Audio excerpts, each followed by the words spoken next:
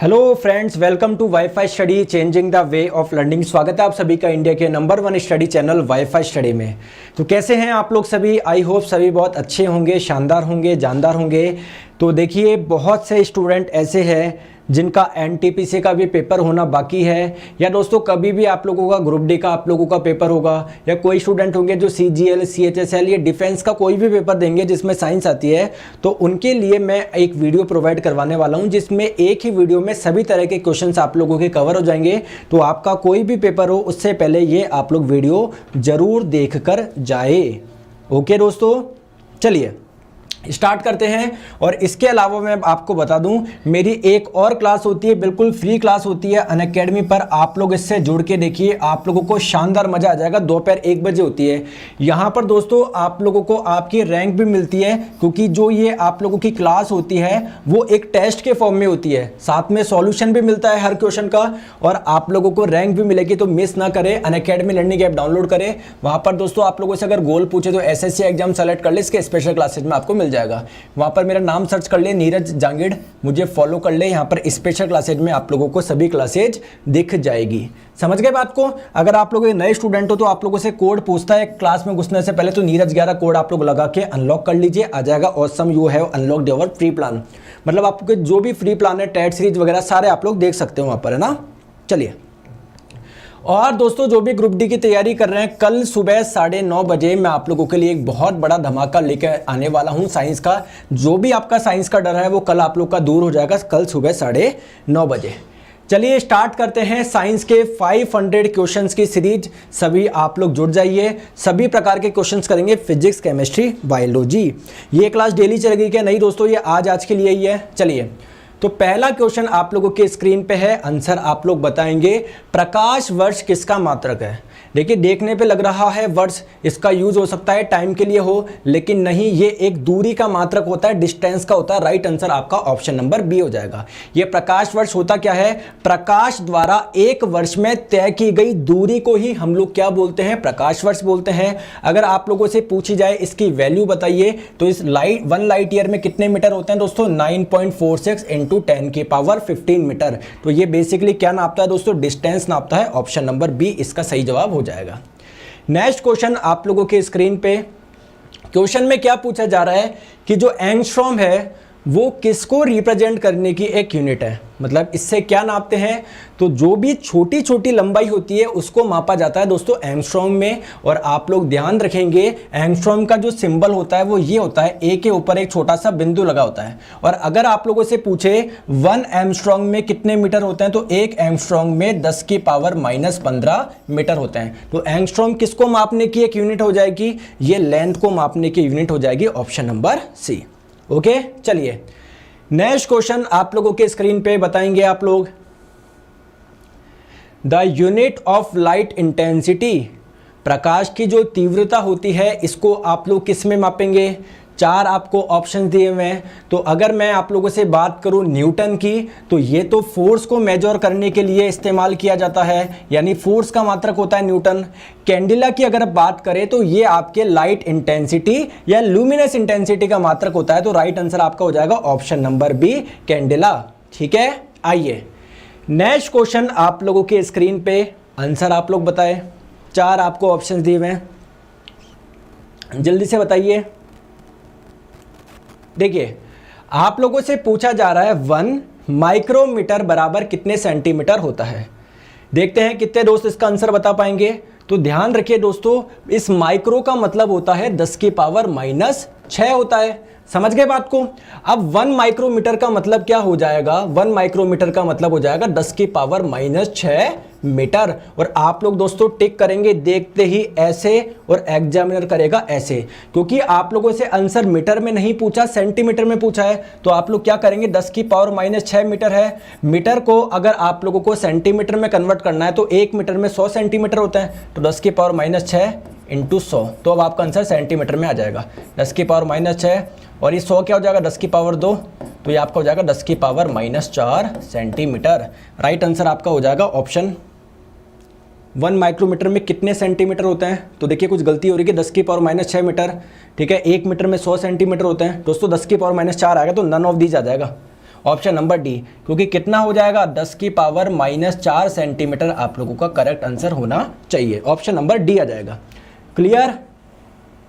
चलिए सी नहीं आएगा दोस्तों, डी आएगा, क्योंकि 10 की पावर -4 आ रहा है। ठीक है, तो 10 की पावर -4 सेंटीमीटर आ रहा है, और इसकी सबकी मैं पीडीएफ दे दूंगा जिससे एक ही में आप लोग देख भी पाए। बताइए दोस्तों क्वेश्चन का आंसर। आप लोगों से पूछा जा रहा है क्वेश्चन में कि किसने कहा है कि अगर कोई बॉडी विरामावस्था में तब तक रहेगी जब तक कि कोई बाहरी बल पिंड पर कार्य नहीं करता। मतलब अगर कोई बॉडी, मान लीजिए कोई भी बॉडी रखी है, तो ये रेस्ट में रहेगी कब तक? जब तक आप लोग इस पर कोई फोर्स नहीं लगाओ। तो ये स्टेटमेंट किसने दिया? न्यूटन ने दिया। Option number D. ये आपके न्यूटन का फर्स्ट लॉ ही है कि अगर किसी ऑब्जेक्ट अगर रेस्ट पे है तो वो रेस्ट पे ही रहेगा जब तक आप लोग उस पर कोई एक्सटर्नल फोर्स नहीं लगाए। नेक्स्ट क्वेश्चन आप लोगों के स्क्रीन पे आंसर बताएंगे। जड़त्व का नियम सर्वप्रथम किसने दिया? तो जड़त्व क्या होता है? आपका इनर्शिया। जड़त्व होता क्या है? अगर कोई बॉडी रेस्ट में है तो वो रेस्ट में ही रहना चाहेगी, अगर कोई बॉडी मोशन में है तो वो मोशन में ही रहना चाहेगी। ठीक है, तो इसकी inability to move its state है ना, टू चेंज इट्स स्टेट, मतलब अपनी अवस्था में परिवर्तन का ये विरोध कर रहा है। अगर मोशन में है तो मोशन में रहना चाहेगा, तो इसकी इस प्रॉपर्टी को हम लोग बोलते हैं इनर्शिया। तो बात आती है दोस्तों जो इनर्शिया का नियम जो अभी मैंने आपको बताया कि अगर कोई बॉडी रेस्ट में है तो वो रेस्ट में रहेगी, और कोई बॉडी अगर मोशन में है वो मोशन में रहेगी जब तक उस पर कोई बाह्य फोर्स नहीं लगाया जाए। तो ये जो नियम सबसे पहले दिया था वो गैलीलियो ने दिया था। ठीक है, बाद में न्यूटन ने इसको और एक्सप्लेन करा अपने फर्स्ट लॉ में, इसलिए ध्यान रखेंगे न्यूटन के फर्स्ट लॉ को हम लोग गैलीलियो का लॉ का एक्सटेंशन फॉर्म भी बोलते हैं। ठीक है, तो सबसे पहले किसने बताया? गैलीलियो ने। बाद में दोस्तों न्यूटन ने इसको और एक्सप्लेन करा। चलिए नेक्स्ट क्वेश्चन आपके स्क्रीन पे आंसर बताएं। क्वेश्चन में बोला जा रहा है कि m द्रव्यमान का कोई एक पिंड है, वो v वेग से दीवार से टकराता है और उसी वेग से वापस आ जाता है, तो पिंड के संवेग में अंतर बताइए। मतलब जैसे मान लीजिए ये कोई एक वॉल है, ठीक है, m मास की कोई बॉडी है जिसकी वेलोसिटी कितनी है, जिसका वेग v है। तो दोस्तों ये टकराता है और टकराने के बाद में दोस्तों इसी वेग से वापस आ जाता है, तो संवेग में कितना परिवर्तन हुआ? संवेग होता क्या है? मोमेंटम होता है आपका मास इंटू वेलोसिटी, यानी द्रव्यमान गुना वेग। तो स्टार्टिंग में संवेग कितना था? मास इंटू वेलोसिटी यानी m इंटू वी। बाद में कितना हुआ? मास तो उतना ही रहेगा बॉल का, वेग भी उतना ही दिया हुआ है, तो m इंटू वी। तो आप लोग सोचेंगे mv में से mv घट जाएगा तो आंसर हमारा 0 आ जाएगा, बट ऐसा नहीं है दोस्तों। ध्यान रखेंगे जो वेग होती है वो एक सदिश राशि होती है, एक वेक्टर क्वांटिटी होती है, यानी आप लोगों को यहां पर डायरेक्शन की भी जरूरत होती है। तो अगर आप लोग इस दिशा को v ले रहे हो तो इस दिशा को -v लो। ठीक है, तो फॉर एग्जांपल अगर इस दिशा को आपने प्लस लिया है तो उसको माइनस लीजिए, तो ये आपका हो जाएगा -mv। तो इसमें से जब ये घटाओगे mv माइनस mv तो आपका आंसर हो जाएगा 2mv, ऑप्शन नंबर ए। ठीक है, आ जाइए नेक्स्ट क्वेश्चन आप लोगों के स्क्रीन पे आंसर बताइए। क्वेश्चन आप लोगों के स्क्रीन पे बताएंगे। आप लोगों को मोमेंटम दिया हुआ है, संवेग दिया हुआ है, और क्या दिया हुआ है? आप लोगों को द्रव्यमान दिया हुआ है। आप लोगों से गतिज ऊर्जा पूछिए, काइनेटिक एनर्जी। तो ध्यान रखें काइनेटिक एनर्जी का फॉर्मूला क्या होता है? एक तो आपका जानते हो 12mv² होता है, लेकिन हम लोगों को दोस्तों वेग नहीं दिया हुआ, तो एक फॉर्मूला और ध्यान रखो, काइनेटिक एनर्जी और मोमेंटम में क्या रिलेशन होता है, यानी गतिज ऊर्जा और संवेग में। तो काइनेटिक एनर्जी होता है p²/2m, जहां पर p क्या होता है? संवेग होता है। संवेग दिया हुआ है 2, तो 2 का स्क्वायर 2 × 2 अपॉन 2। m कितना दिया हुआ है आप लोगों को? 3 दिया हुआ है, 2 से 2 कटा 2/3 आपका आंसर हो जाएगा। और एनर्जी को किस में मेजर करा जाता है? जूल में करा जाता है, तो right answer option number B हो जाएगा। ठीक है, चलिए आगे नेक्स्ट क्वेश्चन आप लोगों के स्क्रीन पे आंसर आप लोग बताएं। विद्युत रूप से परमाणु क्या है? एटम क्या है? तो आप लोग सभी जानते होंगे एटम में क्या क्या होता है? प्रोटॉन होता है, इलेक्ट्रॉन होता है, न्यूट्रॉन होता है। तो कोई भी एटम होता है, इसके न्यूक्लियस में यानी नाभिक में क्या होते हैं? प्रोटॉन और न्यूट्रॉन रहते हैं। इलेक्ट्रॉन भारी कक्षाओं में चक्कर लगाते हैं। ध्यान रखेंगे दोस्तों, कोई भी एटम होता है तो उसमें जितने प्रोटॉन होते हैं उतने ही इलेक्ट्रॉन होते हैं। और आप लोग जानते हैं न्यूट्रॉन पे तो कोई चार्ज नहीं होता, प्रोटॉन पे कैसा चार्ज होता है, पॉजिटिव चार्ज होता है, और इलेक्ट्रॉन पे नेगेटिव चार्ज होता है। और इन दोनों आवेश का जो मान होता है वो भी सेम होता है। अगर दोस्तों इलेक्ट्रॉन पे -1.6 इंटू 10 की घात -19 कूलम्ब है तो इस पे भी उतना ही होता है, बस धनात्मक होता है। तो जितना प्रोटॉन यानी जितना धनात्मक उतना ही ऋणात्मक। तो अगर हम लोग बात करें चार्ज की तो कोई चार्ज नहीं होता, इसको हम लोग बोलते हैं न्यूट्रल यानी उदासीन। ठीक है, आ जाइए नेक्स्ट क्वेश्चन आप लोगों के स्क्रीन पे, आंसर आप लोग बताइए। और दोस्तों आपके लिए सेशन लेकर आया हूं, लाइक करते हुए चलते रहिएगा। बताइए क्वेश्चन को, the factor responsible for charging the object. ठीक है, इसको एक एग्जांपल से हम लोग समझते हैं कि किसी भी बॉडी को अगर आप लोगों को चार्ज करना है तो उसके लिए क्या चीजें होती है। जैसे अगर हम लोग बात करें दोस्तों सोडियम की, है ना, सोडियम की, इसका परमाणु क्रमांक होता है 11। दोस्तों अभी इस पे कोई चार्ज है क्या? कोई चार्ज नहीं है। इसका मतलब इस पे जितने प्रोटॉन है उतने ही इलेक्ट्रॉन है। तो दोस्तों परमाणु क्रमांक इसका 11 होता है। पीरियोडिक टेबल में होता है ना, hydrogen, helium, lithium, beryllium, boron, carbon, nitrogen, oxygen, fluorine, neon, sodium. Sodium 11वें नंबर पे आता है। इसका मतलब इसमें प्रोटॉन की संख्या कितनी है? 11। जितने प्रोटॉन उतने इलेक्ट्रॉन होता है, नहीं प्रोटॉन 11 तो इलेक्ट्रॉन भी कितने हैं? 11। अब आप लोग ध्यान रखें कि ये जो आपका परमाणु होता है बीच में न्यूक्लियस होता है, नाभिक होता है, बाहरी कक्षाओं में आप लोगों के इलेक्ट्रॉन होता है। तो अभी मान लीजिए 11 प्रोटॉन है और 11 इलेक्ट्रॉन है। अगर यहां से एक इलेक्ट्रॉन चला जाए तो क्या होगा? प्रोटॉन तो उतने रहेंगे, इलेक्ट्रॉन कितने रह जाएंगे? 10। यानी दोस्तों नेगेटिव चीज, इलेक्ट्रॉन पे नेगेटिव चार्ज होता है, तो नेगेटिव चार्ज वाली चीज कम हो गई, पॉजिटिव वाली ज्यादा है, तो कौन सा चार्ज आ जाएगा? पॉजिटिव चार्ज आ जाएगा। कैसा चार्ज आ जाएगा? पॉजिटिव। तो ध्यान रखेंगे चार्ज जो आता है वो इलेक्ट्रॉन के ट्रांसफर की वजह से आता है, क्योंकि प्रोटॉन होगा वो तो बाहर जा नहीं सकता, ना ही न्यूक्लियस के अंदर प्रोटॉन आ सकता, बाहरी कक्षाओं से आदान प्रदान हो सकता है, यानी सिर्फ और सिर्फ इलेक्ट्रॉन की वजह से चार्ज आ सकता है। ऑप्शन नंबर ए। ओके, चलिए नेक्स्ट क्वेश्चन आप लोगों के स्क्रीन पे, आंसर आप लोग बताएं। विच display the property of an element. किसी भी तत्व की विशेषता कौन बताएगा कि वो मेटल है, नॉन मेटल है, ज़्यादा रिएक्ट करेगा, कम रिएक्ट करेगा? कैसे आप लोग बता सकते हो? तो ये आप लोग बता सकते हो उनके एटॉमिक नंबर के द्वारा, क्योंकि एटॉमिक नंबर जो होता है वो प्रोटॉन की संख्या के बराबर होता है, और जितने प्रोटॉन होते हैं उतने ही इलेक्ट्रॉन होते हैं। तो जैसे अगर हम लोग बात करें सोडियम की, तो इसमें इलेक्ट्रॉन कितने होते हैं? 11 होते हैं। अगर मैं आप लोगों से बात करूं किसकी? नियॉन की, तो इसमें जो इलेक्ट्रॉन होते हैं वो 10 होते हैं। तो देखिए इन दोनों में कितना अंतर है, आइए मैं आपको समझाता हूं।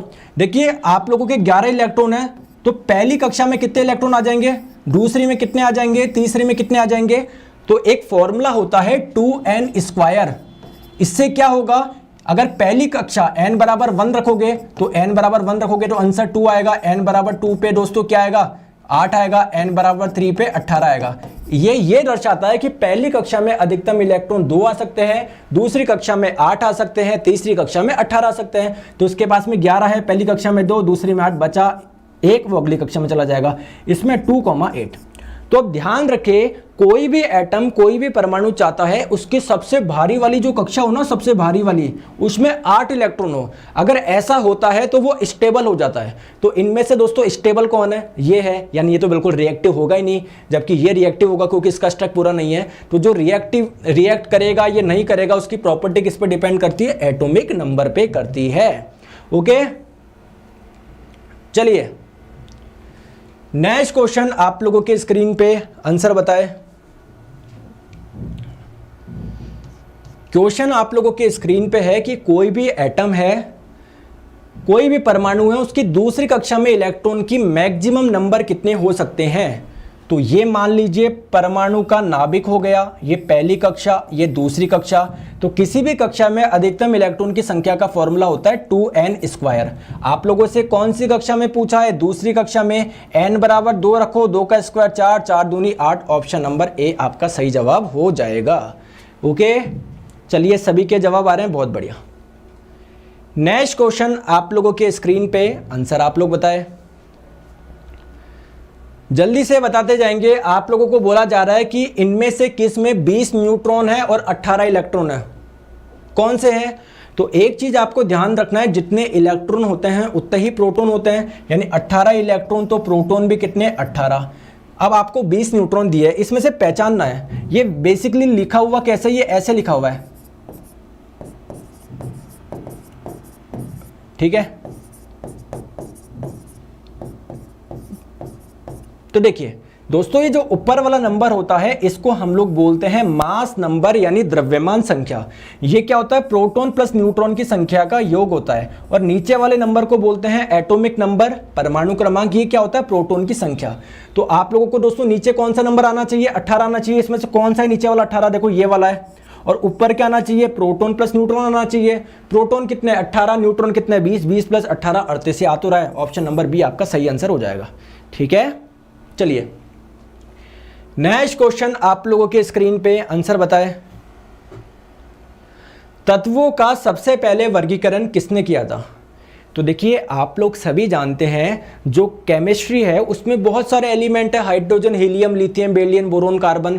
तो आप लोग जानते हैं उन सभी के बारे में अलग अलग स्टडी हम लोग नहीं कर सकते। कार्बन की प्रॉपर्टी ऐसी है, फ्लोरीन की ऐसे है।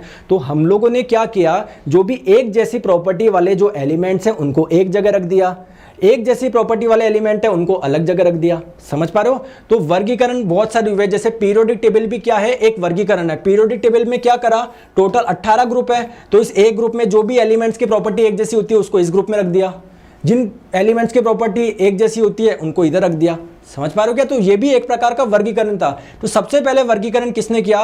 तो दोस्तों जो डॉब रनर थे इन्होंने सबसे पहले वर्गीकरण करा। अगर आप लोगों से पूछे इनके वर्गीकरण का नाम क्या है, तो इनके वर्गीकरण का नाम है डॉबे रनर का ट्रायड लॉ यानी त्रिक नियम। इन्होंने क्या किया था, जो एलिमेंट्स थे उनको उनके बढ़ते हुए परमाणु द्रव्यमान में सजाया और उन्होंने बताया कि हर दूसरा एलिमेंट जो होगा वो पहले और तीसरे के परमाणु द्रव्यमान के एवरेज के बराबर होगा। तो अगर ऐसा होता है तो उन तीन तीन के जोड़े बन जाएंगे और उन तीनों की प्रॉपर्टी एक जैसी होगी। हालांकि ये ज्यादा सक्सेसफुल नहीं हुआ। ठीक है, तो बस आप लोग ध्यान रखेंगे सबसे पहले डॉबे रनर ने किया था। चलो आगे नेक्स्ट क्वेश्चन पे हम लोग चलते हैं। आपकी स्क्रीन पे आंसर बताएंगे। आप लोगों से पूछा जा रहा है मॉडर्न पीरियोडिक टेबल, आधुनिक आवर्त सारणी किसने बनाई थी? मोज़ले ने बनाई थी। अगर पुरानी पूछे तो पुरानी वाली किसने बनवाई थी? मेंडलीफ ने। तो पुरानी वाली तो दोस्तों आधारित थी किस पे? एटॉमिक वेट पे। ये तो पुरानी वाली थी। लेकिन जो मॉडर्न पीरियोडिक टेबल थी वो परमाणु क्रमांक पर आधारित है। Option number C. ठीक है, आ जाइए दोस्तों नेक्स्ट क्वेश्चन आपकी स्क्रीन पे बताएंगे। क्वेश्चन में बोला जा रहा है पीरियोडिक टेबल में सबसे ज्यादा इलेक्ट्रॉन एफिनिटी किसकी होती है? इलेक्ट्रॉन एफिनिटी क्या होती है? इलेक्ट्रॉन को एक्सेप्ट करने की टेंडेंसी, मतलब कौन इलेक्ट्रॉन को इजीली एक्सेप्ट कर लेगा, तो इसको हम लोग बोलते हैं इलेक्ट्रॉन एफिनिटी। तो इलेक्ट्रॉन एफिनिटी सबसे ज्यादा होती है दोस्तों क्लोरीन की। अगर आप लोगों से क्लोरीन का परमाणु क्रमांक पूछे तो याद रखेंगे दोस्तों कितना? 17। अगर आप लोगों से पूछे सबसे ज्यादा इलेक्ट्रोनेगेटिविटी किसकी होती है, तो ध्यान रखेंगे इलेक्ट्रोनेगेटिविटी यानी विद्युत ऋणात्मकता सबसे ज्यादा किसकी होती है? फ्लोरीन की होती है। चले आगे आ जाइए। बहुत बढ़िया दोस्तों, सेशन को लाइक करते हुए चले देखिए। आपको एक ही वीडियो में इंपॉर्टेंट एमसीक्यू करवा रहा हूं सारे। चलिए आ जाइए। क्वेश्चन आप लोगों की स्क्रीन पे बताएं। हाइड्रोजन में एक इलेक्ट्रॉन लेकर हीलियम का विन्यास प्राप्त करने की प्रवृत्ति है, तो इस प्रवृत्ति से कौन समानता रखता है, यह आप लोगों को बताना है। आई होप आप लोगों को क्वेश्चन समझ में नहीं आ रहा होगा। आइए मैं आप लोगों को समझाता हूं। इधर आओ, देखो, चलो इधर आओ। देखिए ये आप लोगों की पीरियोडिक टेबल है। ठीक है, ये पहला ग्रुप, ऐसे दूसरा, तीसरा, चौथा, पांचवा करके टोटल 18 ग्रुप है। यहां पर क्या होता है? हाइड्रोजन होता है। दोस्तों ये 18वां जो ग्रुप है इसको हम लोग बोलते हैं इनर्ट गैसेज यानी अक्रिय गैस। ये बिल्कुल इनर्ट होती है, किसी से रिएक्ट नहीं करती। कारण क्या है? क्योंकि इनकी बाह्यतम कक्षा पूरी तरीके से भरी होती है। समझ गए बात को? अब देखिए हाइड्रोजन है, इसका परमाणु क्रमांक कितना है? 1 है। जैसे अगर बात करें हाइड्रोजन, ये इसका न्यूक्लियस हो गया। पहली कक्षा में कितने इलेक्ट्रॉन हो जाएंगे दोस्तों? 1 इलेक्ट्रॉन हो जाएगा। इसके पास इलेक्ट्रॉन ही 1 है। पहली कक्षा की कैपेसिटी कितनी है दोस्तों? 2 इलेक्ट्रॉन की होती है। अगर इसके पास में 1 इलेक्ट्रॉन और आ जाता है तो पहली कक्षा की कैपेसिटी कितनी थी? 2 इलेक्ट्रॉन की थी। इसके पास में अगर 2 आ जाता है ये तो इनर्ट बन जाएगा। मतलब यहां पर हीलियम के साथ में यही कंडीशन होती है। समझ गए क्या बात को? तो आप लोगों से बोला जा रहा है कि अगर हाइड्रोजन के पास में 1 इलेक्ट्रॉन आ जाएगा तो वो हीलियम जैसी प्रवृत्ति शो करेगा। तो और किसमें ऐसी चीज होती है? तो दोस्तों जो 17वां ग्रुप होता है ना, उनमें भी ऐसा ही होता है।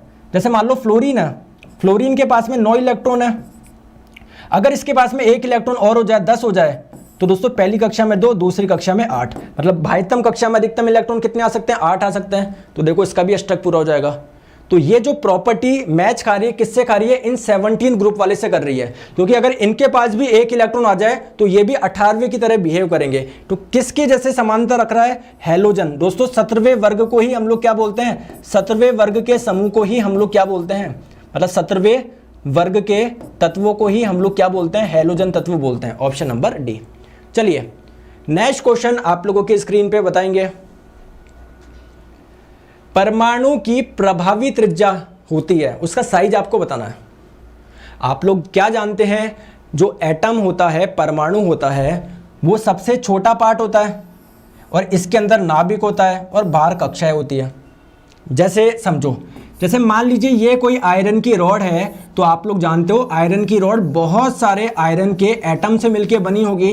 तो दोस्तों इस एटम का साइज क्या होता होगा, ये आप लोगों से पूछा जा रहा है। देखो मैं आपको बताता हूं। देखो ये आप लोगों का हो गया कोई एटम है, और आपको पता है एटम में बीच में क्या होता है? न्यूक्लियस होता है, नाभिक होता है। समझ गए? तो अगर आप लोगों से न्यूक्लियस का पूछे, नाभिक का पूछे, तो नाभिक का साइज होता है दोस्तों 10 की पावर -15 मीटर। अगर आप लोगों से पूरे परमाणु का पूछे, तो पूरे परमाणु का जो साइज होता है वो किस ऑर्डर का होता है? 10 की पावर -10 मीटर का। ठीक है, तो राइट आंसर आपका हो जाएगा ऑप्शन नंबर बी। ओके, चलो आ जाओ।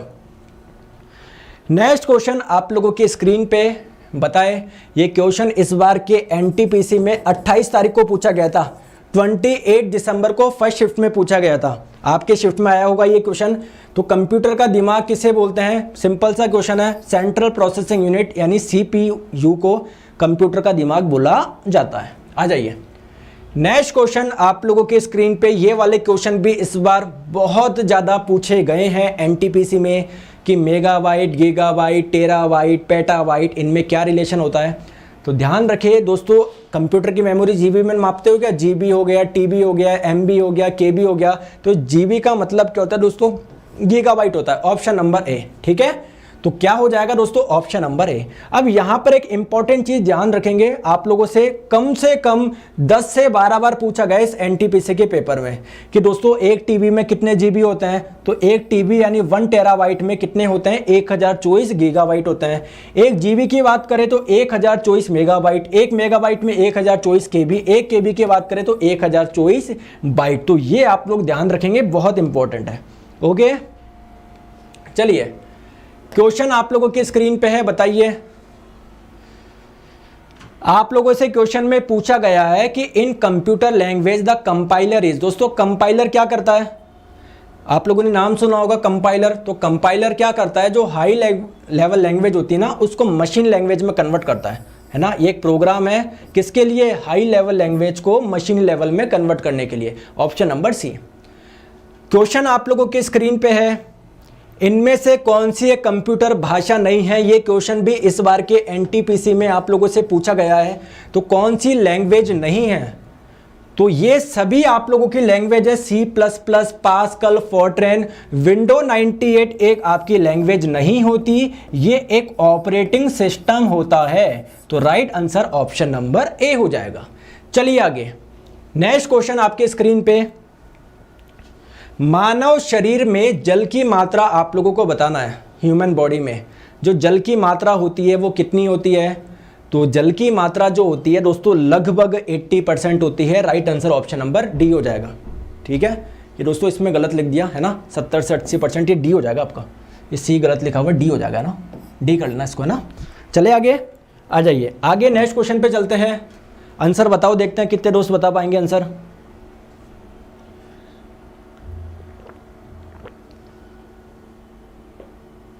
चलिए, आप लोगों को बोला जा रहा है कार्बोहाइड्रेट मानव शरीर में किस रूप में टूटता है। आप लोग जब भोजन लेते हो, फूड लेते हो, तो फूड में कार्बोहाइड्रेट भी होता है, प्रोटीन भी होता है, फैट भी होता है। तो अगर बात करें कार्बोहाइड्रेट की तो ये टूटता है दोस्तों ग्लूकोज में। अगर बात करें प्रोटीन की तो ये टूटता है अमीनो एसिड यानी अमीनो अम्ल में। और अगर आप लोगों से बात करें फैट की तो ये टूटता है आपके फैटी एसिड में। तो किसके लिए क्वेश्चन में पूछा गया था? कार्बोहाइड्रेट टूटता है आपके ग्लूकोज में। ऑप्शन नंबर ए।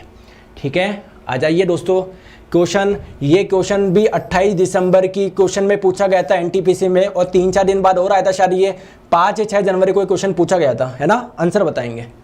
तो जो बाइल होता है या बाइल जूस कहाँ से निकलता है? तो जो बाइल जूस होता है ये निकलता है दोस्तों लीवर से। कहाँ से निकलता है? लीवर से। अगर आप लोगों से पूछे इसका स्टोरेज कहाँ पर होता है, स्टोरेज होता है दोस्तों गॉल ब्लैडर यानी पित्ताशय में, या फिर आप लोग बोल सकते हो पित्त की थैली में। ठीक है, तो स्टोरेज में क्या, स्टोरेज कहाँ पर होता है? पित्ताशय में। और जिसका सीक्रेशन होता है कहाँ से निकलता है? लीवर से निकलता है। चलो आगे, नेक्स्ट क्वेश्चन आपके स्क्रीन पे। हमारा जो पेट होता है, आमाशय होता है, उसमें कौन सा एसिड पाया जाता है? तो इससे रिलेटेड भी एक क्वेश्चन अभी एनटीपीसी में पूछा गया था, मैं बताऊंगा क्वेश्चन क्या था, पहले इसका आंसर दीजिए। तो देखिए जो हमारा स्टमक होता है ना, देखिए ये तो हमारा मुंह हो गया, ये होता है ना, ये जो हमारा स्टमक होता है, इसमें कौन सा एसिड पाया जाता है? HCl हाइड्रोक्लोरिक एसिड आप लोग का पाया जाता है। इस हाइड्रोक्लोरिक एसिड का दोस्तों काम क्या होता है? जो आपका फूड होता है ना, भोजन, इसको सड़ने से बचाता है। अगर आप लोगों से पूछे कि स्टमक में जो भोजन होता है कितनी देर के लिए होता है, आपको बताए जब भी आप लोग भोजन लेते हो स्टमक में कितनी देर के लिए भोजन रहता है, बताए कमेंट करके।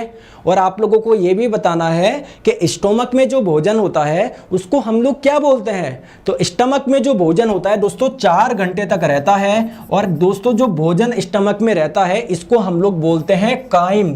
तो इस भोजन को सड़ने से कौन बचाता है? HCl बचाता है। और फंक्शन क्या हो जाएगा? इस फूड में जो भी बैक्टीरिया है, जीवाणु है जो आपको बीमार कर सकता है, ये उनको डिस्ट्रॉय करता है। समझ गए बात को? तो राइट आंसर आपका हो जाएगा option number B, hydrochloric acid. अब इस बार के एनटीपीसी में क्वेश्चन ये पूछा गया था कि हमारे स्टमक की रक्षा HCl से कौन करता है? क्योंकि HCl काफी स्ट्रॉन्ग एसिड है दोस्तों, ये स्टील को भी पिघला सकता है। तो हमारा स्टमक क्या चीज है? तो ध्यान रखेंगे स्टमक को जो प्रोटेक्शन प्रोवाइड करता है HCl से, वो कौन करता है? अंदर एक लेयर होती है म्यूकस की। किसकी लेयर होती है? म्यूकस की परत होती है, वो आप लोगों की रक्षा करती है। अब बात आती है सर ये म्यूकस क्या होता है? तो सर्दियों के समय में जो आप लोग के नाकों से निकलता है वो ही आपका म्यूकस होता है। ठीक है, समझ गए? चलिए आइए नेक्स्ट क्वेश्चन पे आंसर बताएंगे। भोजन का पाचन निम्न अंग में प्रारंभ होता है। भोजन का डाइजेशन, डाइजेशन का मतलब क्या है? जटिल रूप से सरल रूप में टूटना। तो ये प्रोसेस जो स्टार्ट होता है वो कहाँ से होता है, ये आप लोगों को बताना है। ठीक है, आ जाओ देखिए,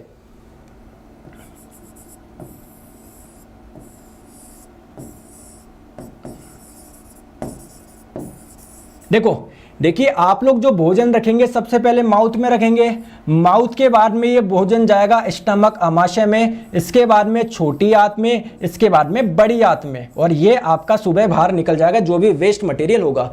तो जो स्टार्ट होता है वो कहाँ से होता है दोस्तों? माउथ से होता है। अगर आप लोगों से पूछे माउथ में किसका डाइजेशन होता है? कार्बोहाइड्रेट का होता है। कैसे होता है दोस्तों? जो लार होता है, सलाइवा होता है, लार होता है, इसमें एक एंजाइम पाया जाता है जिसको हम लोग बोलते हैं टाइलिन। ये टाइलिन क्या करता है? कार्बोहाइड्रेट का पाचन करता है। तो सबसे पहले स्टार्ट कहाँ से हुआ? माउथ से हुआ। समझ गए? चलो आ जाइए। ठीक है, तो यहां पर आप लोगों का डाइजेशन स्टार्ट हो जाएगा। नेक्स्ट क्वेश्चन आप लोगों के स्क्रीन पे आंसर बताओ। हाँ दोस्तों बहुत बढ़िया, बहुत जने बोल रहे हैं सर सलाइवरी एमाइलेज, बहुत बढ़िया। सलाइवा में जो एंजाइम होता है उसका नाम क्या होता है? Salivary amylase. और इस सलाइवरी एमाइलेज को ही हम लोग किस नाम से जानते हैं? टाइलिन नाम से। आप लोग बोलेंगे एमाइलेज के आगे सलाइवरी लगाना क्यों जरूरी है? क्योंकि ये सेम एंजाइम आप लोगों के यहाँ पर पैनक्रियास होता है, अग्नाशय, पैनक्रियास से निकलता है पैनक्रिएटिक जूस, उस जूस में भी आपका ये एंजाइम पाया जाता है। तो दोनों में अंतर करने के लिए इस वाले एंजाइम को हम लोग सलाइवरी एमाइलेज बोल देते हैं। ठीक है, क्लियर?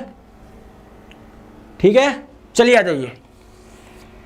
नेक्स्ट क्वेश्चन आप लोगों के स्क्रीन पे, विटामिन सी की कमी से कौन सा होता है? बहुत सिंपल ये क्वेश्चन है, बताओ।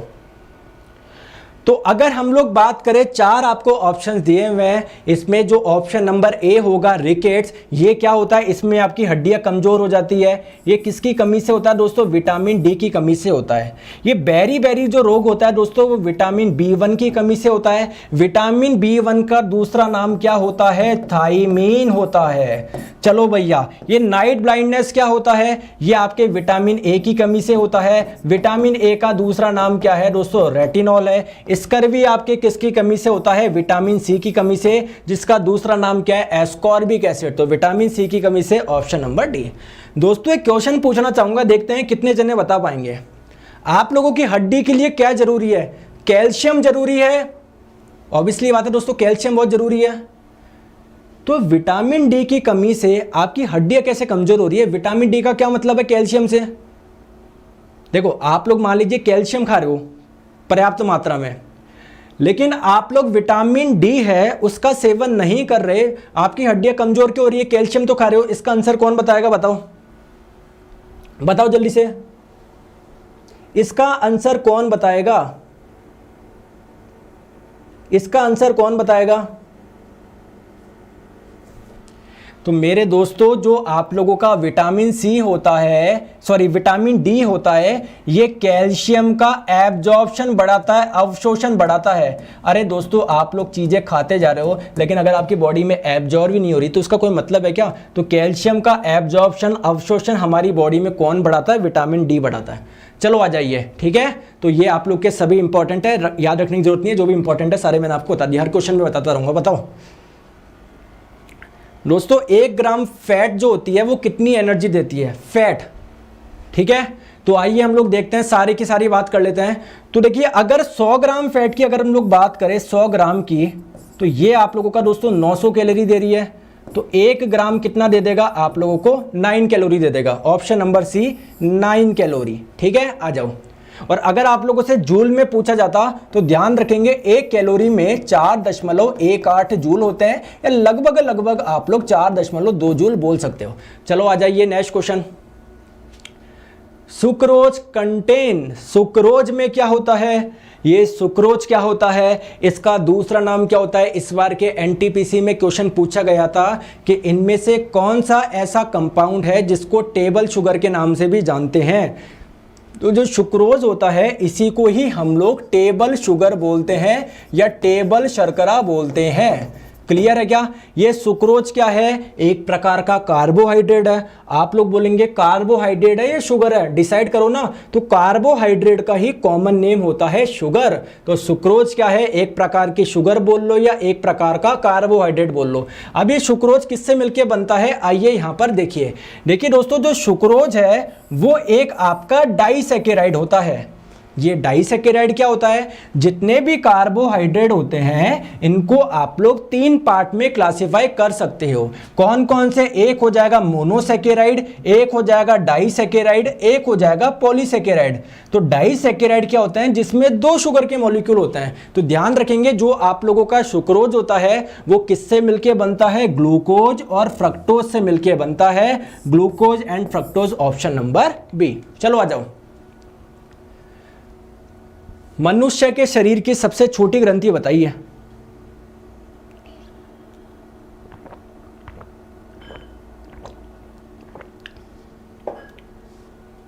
बताओ मनुष्य के शरीर की सबसे छोटी ग्रंथि। तो ग्रंथि क्या होते हैं, ऐसे ऑर्गन जिनसे कोई ना कोई सब्सटेंस निकलते हैं, ठीक है। अगर हार्मोन्स निकल सकते हैं, है ना, आप लोग का एंजाइम्स निकल सकते हैं। तो ध्यान रखेंगे सबसे छोटी ग्रंथि आपकी हो जाएगी पिट्यूटरी ग्लैंड, पीयूष ग्रंथि।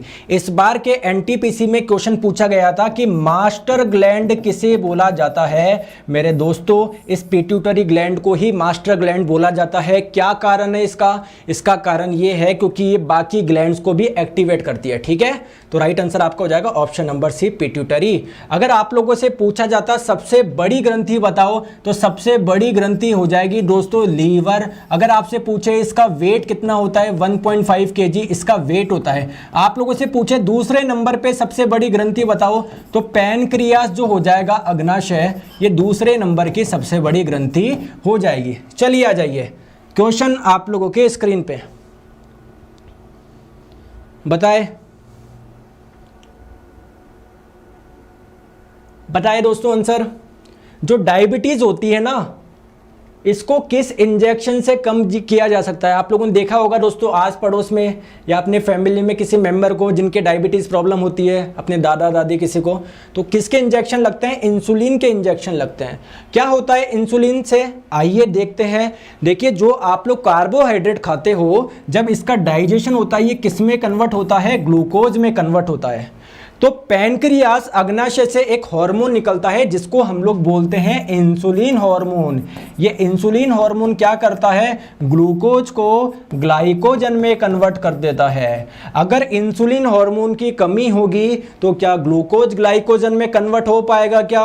ना भैया ना। आपके ब्लड में ग्लूकोज का अमाउंट बढ़ जाएगा। इसी बीमारी को हम लोग बोलते हैं डायबिटीज यानी मधुमेह। तो इंसुलिन के इंजेक्शन लगवाओ जिससे ग्लूकोज ग्लाइकोजन में कन्वर्ट हो। आ जाओ, नेक्स्ट क्वेश्चन आपकी स्क्रीन पे बताइए दोस्तों। इसमें एक ऑप्शन रह गया है, आई एम सॉरी, एक ऑप्शन रह गया है। ऑप्शन नंबर ई सेल्सियस है ना, जो इंपॉर्टेंट था वो तो रह गया। बताओ तो टेम्परेचर की एसआई यूनिट क्या है? जल्दी से कमेंट करके आप लोग बताइए, टेम्परेचर की एसआई यूनिट क्या है? बताइए सर। दिन भर में कितनी क्लास लेते हैं दोस्तों? जिस दिन आप लोग मिठाई का डिब्बा लेकर नहीं आओगे ना कि सर मेरा सिलेक्शन हो गया, तब तक क्लास चलती रहेगी। आ जाओ। तो भैया ये देखते ही आप क्लिक करोगे ऐसे, एग्जामिनर करेगा ऐसे। ध्यान रखेंगे सेल्सियस एसआई मात्रक नहीं होता। जो एसआई मात्रक होता है टेम्परेचर का वो केल्विन होता है, ऑप्शन नंबर बी। ये जूल किसका मात्रक होता है? एनर्जी का होता है, वर्क का होता है। वाट किसका होता है? पावर का होता है, शक्ति का होता है। ये कैलोरी किसका होता है? देखो जूल आपका एनर्जी का भी होता है, वर्क का भी होता है, हीट का भी होता है। कैलोरी भी हीट का मात्रक होता है, लेकिन कैसा मात्रक होता है दोस्तों? सीजीएस मात्रक होता है। जो एसआई मात्रक होता है वो जूल होता है। ठीक है, चलो आगे। नेक्स्ट क्वेश्चन आपके स्क्रीन पे बताएंगे। जो मछली होती है वो किसकी सहायता से सांस लेती है? आप लोग जानते हैं कि हर एक ऑर्गेनिज्म का स्ट्रक्चर अलग अलग होता है। मछलियों का अलग होता है, सांप का स्ट्रक्चर अलग होता है। तो हम जो सांस लेते हैं वो तो फेफड़ों से लेते हैं, लेकिन अगर दोस्तों बात करें मछलियों की तो वो अपने गिल से लेती है, ऑप्शन नंबर सी। देखिए यहाँ पर आप लोग देख पा रहे हो गिल्स, जिसको हम लोग गलफड़े भी बोलते हैं। तो इन्हीं से दोस्तों क्या करते हैं? वो श्वसन करती है। तो राइट आंसर आपका हो जाएगा ऑप्शन नंबर सी। ठीक है,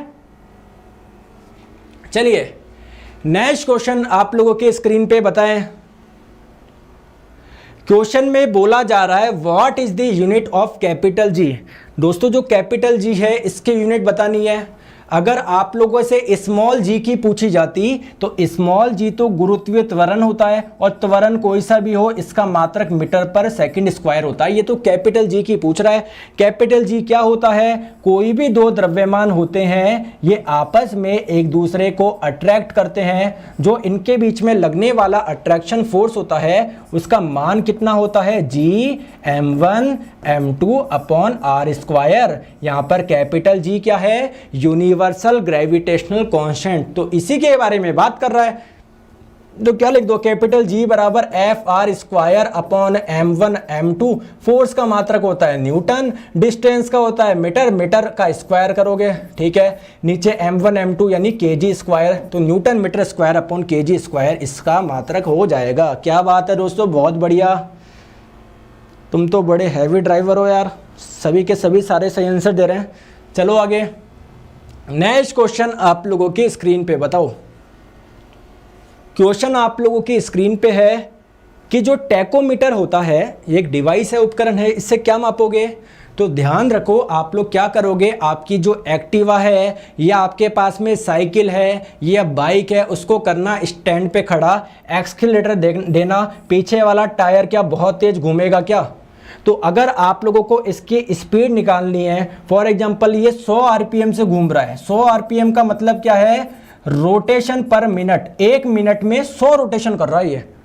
तो इसको कैसे निकालते हो? एक डिवाइस होती है टैकोमीटर जिसको बोलते हैं, जिसका एक एंड काफी शार्प होता है। जैसे ही आप लोग इधर लगाओगे तो रीडिंग आ जाएगी, जैसे मान लो 600 आरपीएम, 300 आरपीएम, 200 आरपीएम जो भी होगा। ठीक है, तो इससे आप लोग स्पीड नापते हो। और कौन सी स्पीड दोस्तों? रोटेशनल स्पीड यानी घूर्णन गति। है ना, घूर्णन गति। चले आगे, चलिए देखो इस प्रकार का होता है, देख पा रहे हो आप लोग, इस प्रकार का ये आपका इंस्ट्रूमेंट होता है। बताए क्वेश्चन का आंसर, ये तो सिंपल क्वेश्चन हो गया, तो भैया मैथ्स का आ गया। तो आपको बोला जा रहा है किलोमीटर प्रति घंटा को मीटर पर सेकंड में बदलना है, तो सिंपली क्या करते हैं, किलोमीटर प्रति घंटा को मीटर पर सेकंड में कन्वर्ट करने के लिए इसको 5/18 से गुना कर दो। 72/18, 4 5 चौक 20, आंसर ऑप्शन नंबर ए। चलो आगे, ज्यादा दिमाग लगाने की जरूरत नहीं है इस क्वेश्चन में। आंसर बताइए, आंसर बताओ जल्दी से। क्वेश्चन में क्या बोला जा रहा है, आंसर आप लोग बताएंगे। क्वेश्चन में बोला जा रहा है 150 किलोग्राम द्रव्यमान की कोई वस्तु है, चलो मान लिया, 5 सेकंड में 6 मीटर पर सेकंड से 16 मीटर पर सेकंड के वेग से त्वरित हो जाती है। त्वरण बताओ। तो त्वरण क्या होता है, एक्सेलरेशन, वेग में परिवर्तन की दर, rate of change in velocity. तो एक्सेलरेशन क्या हो जाएगा, वेग में परिवर्तन बटे समय। कितना परिवर्तन हुआ, 6 से 16 हो गया। परिवर्तन कितने का हो गया भैया, 10 मीटर पर सेकंड का हो गया। कितने समय में हुआ, 5 सेकंड में हुआ। 10/5 2 metre per second square, option number B. समझ गए। चलिए आगे चलते हैं नेक्स्ट क्वेश्चन पे। नेक्स्ट क्वेश्चन आप लोगों के स्क्रीन पे बताइए। दोस्तों सेशन को लाइक करते रहिए, कंजूसी ना करिए। क्वेश्चन में क्या बोला जा रहा है, एक्सीलरेशन ड्यू टू ग्रेविटी, यानी स्मॉल जी की बात कर रहा है। दोस्तों इसका सूत्र आपको बताना है, तो ध्यान रखिए ये हमारी अर्थ है। अगर यहां पर मैं गुरुत्वीय त्वरण की बात करूं तो कितना होता है, 9.8 मीटर पर सेकंड स्क्वायर। दोस्तों ये आता कहां से है, इसका फॉर्मूला होता है capital G into M upon R square. ये कैपिटल G क्या होता है, ये होता है यूनिवर्सल ग्रेविटेशनल कांस्टेंट। क्या होती है वैल्यू, 6.67 इंटू 10⁻11।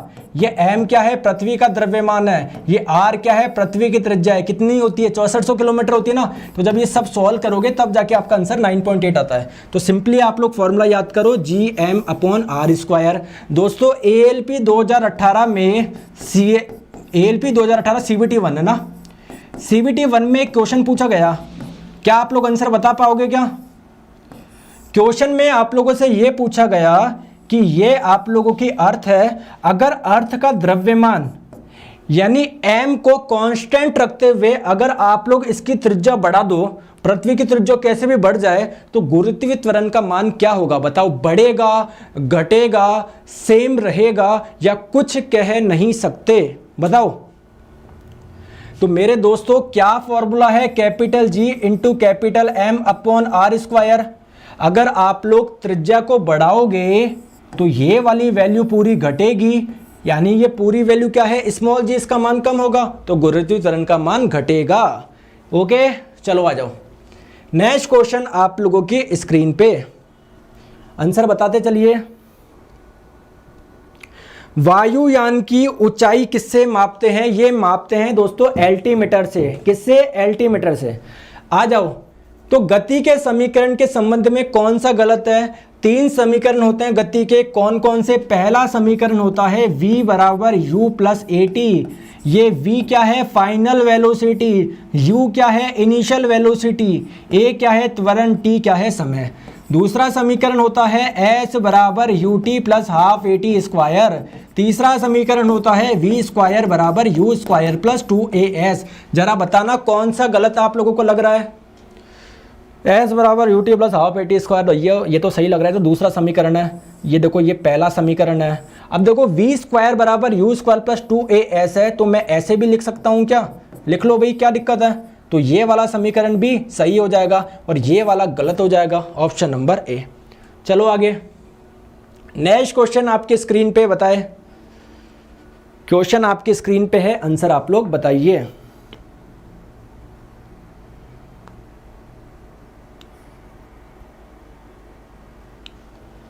चलिए आंसर आप लोग बताते चलेंगे। तो आप लोगों से पूछा जा रहा है बल इंटू विस्थापन क्या होता है। ये कोई आप लोगों की वस्तु है, आपने इस पर कोई फोर्स लगाया, फोर्स लगने की वजह से इस पर कुछ विस्थापन भी हुआ, तो बल गुना विस्थापन क्या होता है दोस्तों, वर्क होता है। क्या होता है, वर्क होता है, option number D. Next question आपके स्क्रीन पे, आंसर आप लोग बताएंगे। वो आप लोगों को प्रोजेक्शन एंगल बताना है जिसके लिए परास और अधिकतम ऊंचाई क्या है, बराबर है। सर क्या क्वेश्चन है, समझ में ही नहीं आया। आ जाओ देखते हैं। तो ये मान लीजिए दोस्तों धरती है, यहां से आप लोगों ने कोई बॉल को किक मारी, इसका प्रारंभिक वेग मान लीजिए दोस्तों u है, और इसकी जो दिशा है वो मान लीजिए पृथ्वी के साथ में या आपके हॉरिजॉन्टल के साथ में थीटा एंगल बना रहा है। तो दो चीजें होगी, इसके साथ में ऐसे जाएगा झुन झुन झुन झुन झुन झुन झुन झुन, ये इधर आ जाएगा। तो जहां से स्टार्ट किया जहां पर आके खत्म करा, इन दोनों पॉइंट के बीच की डिस्टेंस को हम लोग बोलते हैं रेंज यानी परास। और दोस्तों ये जो अधिकतम ऊंचाई होती है ये आपका हो जाएगा h। तो रेंज का फॉर्मूला होता है आप लोगों का u square sine 2 theta upon g, और हाइट का होता है u square sine square theta by 2g। तो आ जाओ दोनों को बराबर रख लो। किसको रखना है, u square sine 2 theta by g बराबर u square sine square theta by 2g। भैया u स्क्वायर से u स्क्वायर उड़ गया, g से g उड़ गया, ये 2 इधर आएगा। साइन 2 थीटा क्या हो जाएगा, 2 साइन थीटा कॉस थीटा बराबर साइन स्क्वायर थीटा को साइन थीटा आप लोग लिख लो। ये साइन थीटा से साइन थीटा उड़ा तो ये कॉस थीटा इधर जाएगा, तो क्या हो जाएगा टेन थीटा बराबर 4 और थीटा बराबर हो जाएगा tan inverse 4। Option number B. चले आगे, चलो आ जाओ। नेक्स्ट क्वेश्चन आपके स्क्रीन पे, ये क्वेश्चन इस बार के एनटीपीसी में आया था, थोड़ा सा डाटा चेंज है मैं आपको बता दूंगा, लेकिन जो आया था पहले आप वो बताओ। इसका जब एनालिसिस करा था बड़े बड़े टीचर इसका आंसर बड़े शौक से बता रहे थे, मैं आपको बताऊंगा क्या। चलो मैं बताता हूं क्या क्वेश्चन। ये आया था कि अर्थ पर किसी वस्तु का द्रव्यमान m दिया हुआ है 60 kg, तो चंद्रमा पर उसका द्रव्यमान कितना होगा। जब मैं एनालिसिस देख रहा था काफ़ी मज़ा आ रहा था। उन्होंने बोला देखो यहाँ पर 60 kg है, वहाँ पर बट्टे 6 हो जाता है, 10 kg हो जाता है। अरे मेरे दोस्तों द्रव्यमान पे मास पे कोई भी चेंज नहीं होता, ठीक है। मास पे द्रव्यमान में कोई भी परिवर्तन नहीं होता, तो फिर किस पे होता है सर, जी में होता है, गुरुत्वीय त्वरण पे। तो ध्यान रखिए जो भार होता है वो क्या होता है, mg होता है, ठीक है। अगर आप लोग चंद्रमा पर जाएंगे वहां पर भार क्या होगा, m इंटू जी होगा, लेकिन जो चंद्रमा पर जी होता है वो पृथ्वी के जी का बट्टे 6 होता है, ये होता है। क्लियर। तो अगर पृथ्वी पर भार दोस्तों ये mg 600 है, तो वहां पर भार बताना है, तो mg 600 बट्टे 6 कितना हो जाएगा, 100 न्यूटन ना। Option number D. चले आगे, चलिए। तो भार बट्टे 6 हो जाता है, गुरुत्वीय त्वरण भी बट्टे 6 हो जाता है, द्रव्यमान पे कोई भी परिवर्तन नहीं होता। नेक्स्ट क्वेश्चन आप लोगों के स्क्रीन पे बताएंगे। क्वेश्चन बताए, father of modern antiseptic surgery किसको बोला जाता है। तो दोस्तों ये आप लोग ध्यान रखेंगे, जोसेफ लिस्टर को बोला जाता है। किसको, ये सीधे आप लोग नाम याद रखेंगे, पूछा जा सकता है, जोसेफ लिस्टर इसका राइट आंसर हो जाएगा ऑप्शन नंबर ए। नेक्स्ट क्वेश्चन आपके स्क्रीन पे, मानव शरीर के किस भाग में पायरिया रोग हो जाता है। ये जो पायरिया डिजीज है ये कौन से ऑर्गन को आपको अफेक्ट करती है, तो ये होता है दोस्तों दांत और मसूड़ों में। इसके कई कारण हो सकते हैं, आप लोगों की जो प्रॉपर ब्रशिंग टेक्निक नहीं होना है ना, या आप लोग के दोस्तों बहुत ज़्यादा आप लोगों का बाहर का फूड खाना, तो इससे आप लोगों को पायरिया रोग हो सकता है। ये आपका जो डिजीज़ है दोस्तों कौन सी है, पायरिया डिजीज़ है। नेक्स्ट क्वेश्चन आपके स्क्रीन पे आंसर आप लोग बताएंगे, जब तक मैं थोड़ा सा पानी पी लेता हूँ। बताइए,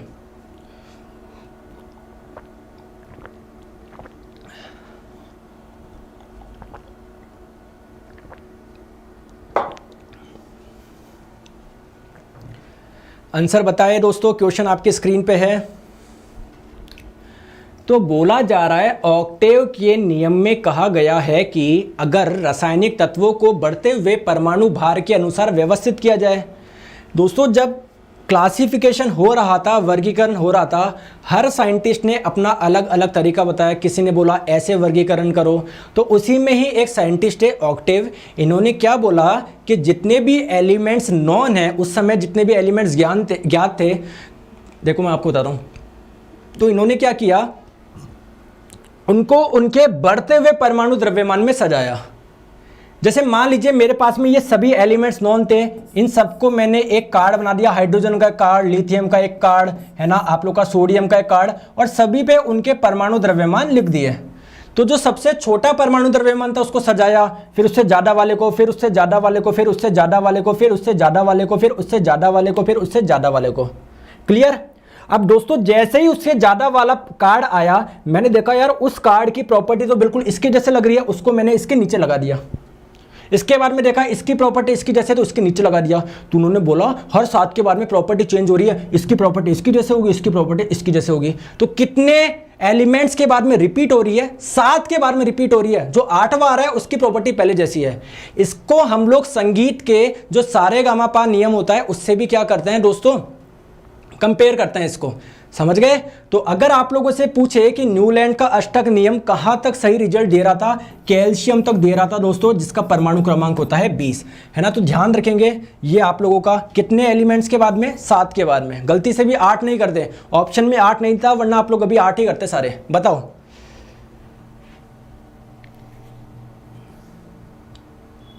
क्वेश्चन आपकी स्क्रीन पे बताओ।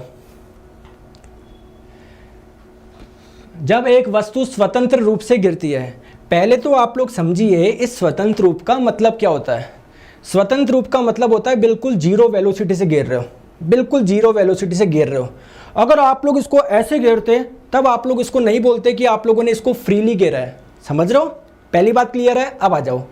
तो ध्यान रखेंगे जब भी कोई ऑब्जेक्ट आप लोग का फ्रीली फॉल होता है, मान लीजिए ऐसे छोड़ दिया, तो ध्यान रखेंगे जैसे मान लीजिए ज़मीन है, अभी दोस्तों ये ऑब्जेक्ट ज़मीन से मान लीजिए h ऊंचाई पर है, तो इसके पास में जो पोटेंशियल एनर्जी होती है वो होती है mgh। लेकिन जैसे जैसे नीचे आता जाएगा ज़मीन से ऊंचाई कम होती जाएगी, यानी पोटेंशियल एनर्जी होती जाएगी कम। तो एनर्जी का लॉस हो रहा है क्या दोस्तों? एनर्जी का कभी भी लॉस नहीं हो सकता। एनर्जी एक फॉर्म से दूसरी फॉर्म में बदल जाती है। तो देखिए जैसे ही आप लोगों ने छोड़ा, अब इसकी स्पीड तेज होती जा रही ना, इसकी वेलोसिटी, इसकी गति, यानी इसकी गतिज ऊर्जा बढ़ती जा रही है। तो पोटेंशियल एनर्जी किस में कन्वर्ट हो जाती है? काइनेटिक एनर्जी में।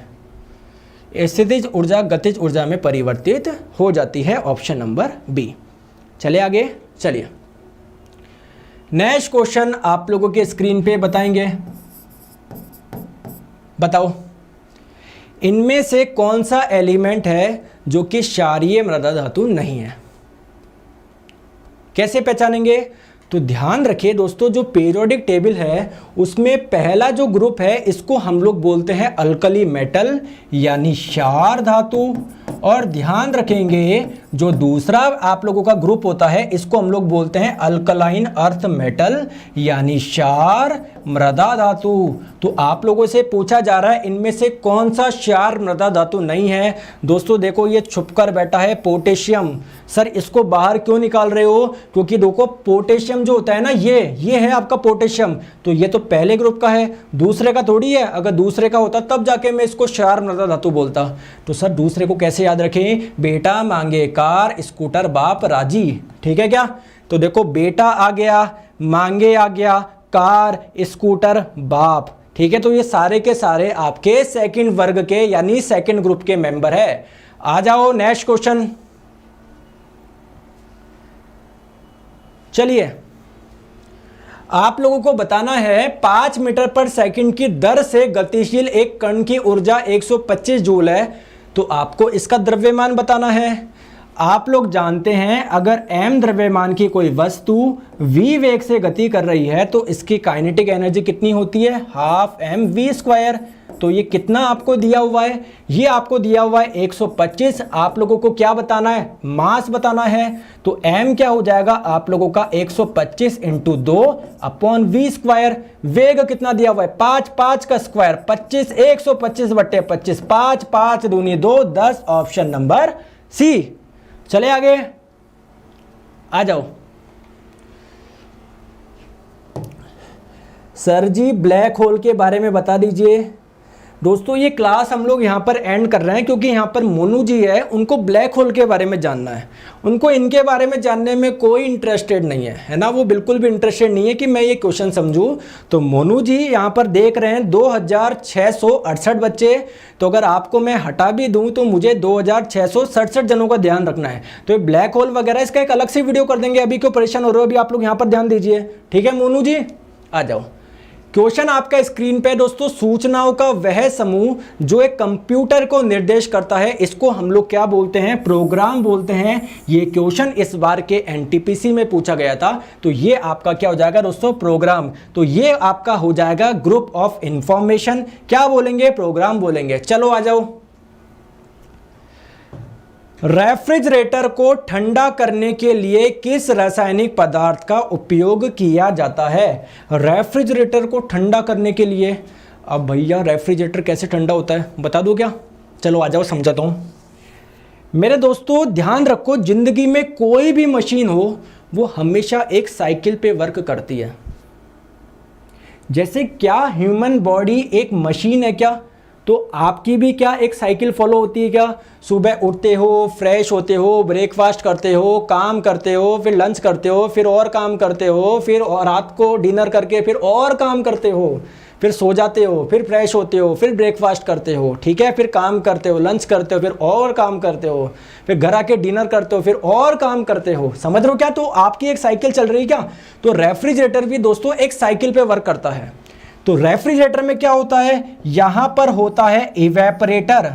क्या होता है? इवेपरेटर। दोस्तों इसके बाद में होता है कंप्रेसर। आप लोगों का जब फ्रीज सही करने वाला आता होगा, बोलता होगा ना कि आपका कंप्रेसर खराब हो गया। क्लियर है क्या? इसके बाद में होता है दोस्तों कंडेंसर। इसके बाद में एक होती है थ्रॉटलिंग डिवाइस। तो ध्यान रखोगे दोस्तों, इसमें एक लिक्विड फ्लो करता है जो क्या करता है? रेफ्रिजरेटर को ठंडा करने में इस्तेमाल होता है। तो वो आपका हो जाएगा दोस्तों ऑप्शन नंबर डी, अमोनिया। अब बात आती है कि क्या सर अमोनिया का ही यूज करते हैं क्या? नहीं दोस्तों, जो अमोनिया होता है ये तो वहां पर यूज होता है जब आप लोगों को बहुत ज्यादा कूलिंग कैपेसिटी चाहिए, जैसे आप लोगों के प्लांट में यूज होता है। अगर हम लोग बात करें जो डोमेस्टिक रेफ्रिजरेटर होते हैं उसमें यूज होता है दोस्तों फ्रियोन। फ्रियोन बोले तो CF2Cl2 क्लोरोफ्लोरोकार्बन। चलो आगे, नेक्स्ट क्वेश्चन आपके स्क्रीन पे, आंसर बताओ। RDX क्या है? तो RDX क्या है जल्दी से बताएंगे। तो ये आप लोगों का एक एक्सप्लोजिव मटेरियल है, एक विस्फोटक पदार्थ है। फुल फॉर्म आप लोगों से पूछे RDX की तो रॉयल डिमोलिशन एक्सप्लोजिव इसकी फुल फॉर्म हो जाएगी।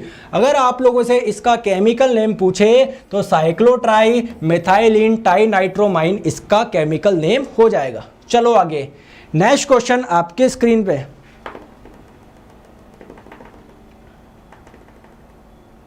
आ जाओ दोस्तों। देखो मज़ा आ गया ये बात सुन के, हाँ सर और काम करने का मौका मिलेगा। अरे बच्चों पढ़ने की बात कर रहे हैं, ठीक है, तो रात को भी पढ़ोगे ना। इधर आओ जल्दी से बताओ आंसर। तो व्हाट इज आइसोबार समभारिक क्या होते हैं? तो आप लोगों के दोस्तों ऐसे परमाणु यहाँ पर देखिए जिनका परमाणु क्रमांक तो समान होता है लेकिन द्रव्यमान संख्या अलग अलग होती है। अब प्रॉब्लम ये आएगी कि सेम एटॉमिक मास एंड एट, नहीं सर कुछ समझ में नहीं आ रहा। एटॉमिक मास सेम होना चाहिए क्या? सर ये एटॉमिक मास क्या होता है? परमाणु द्रव्यमान। आ जाओ बता देता हूं।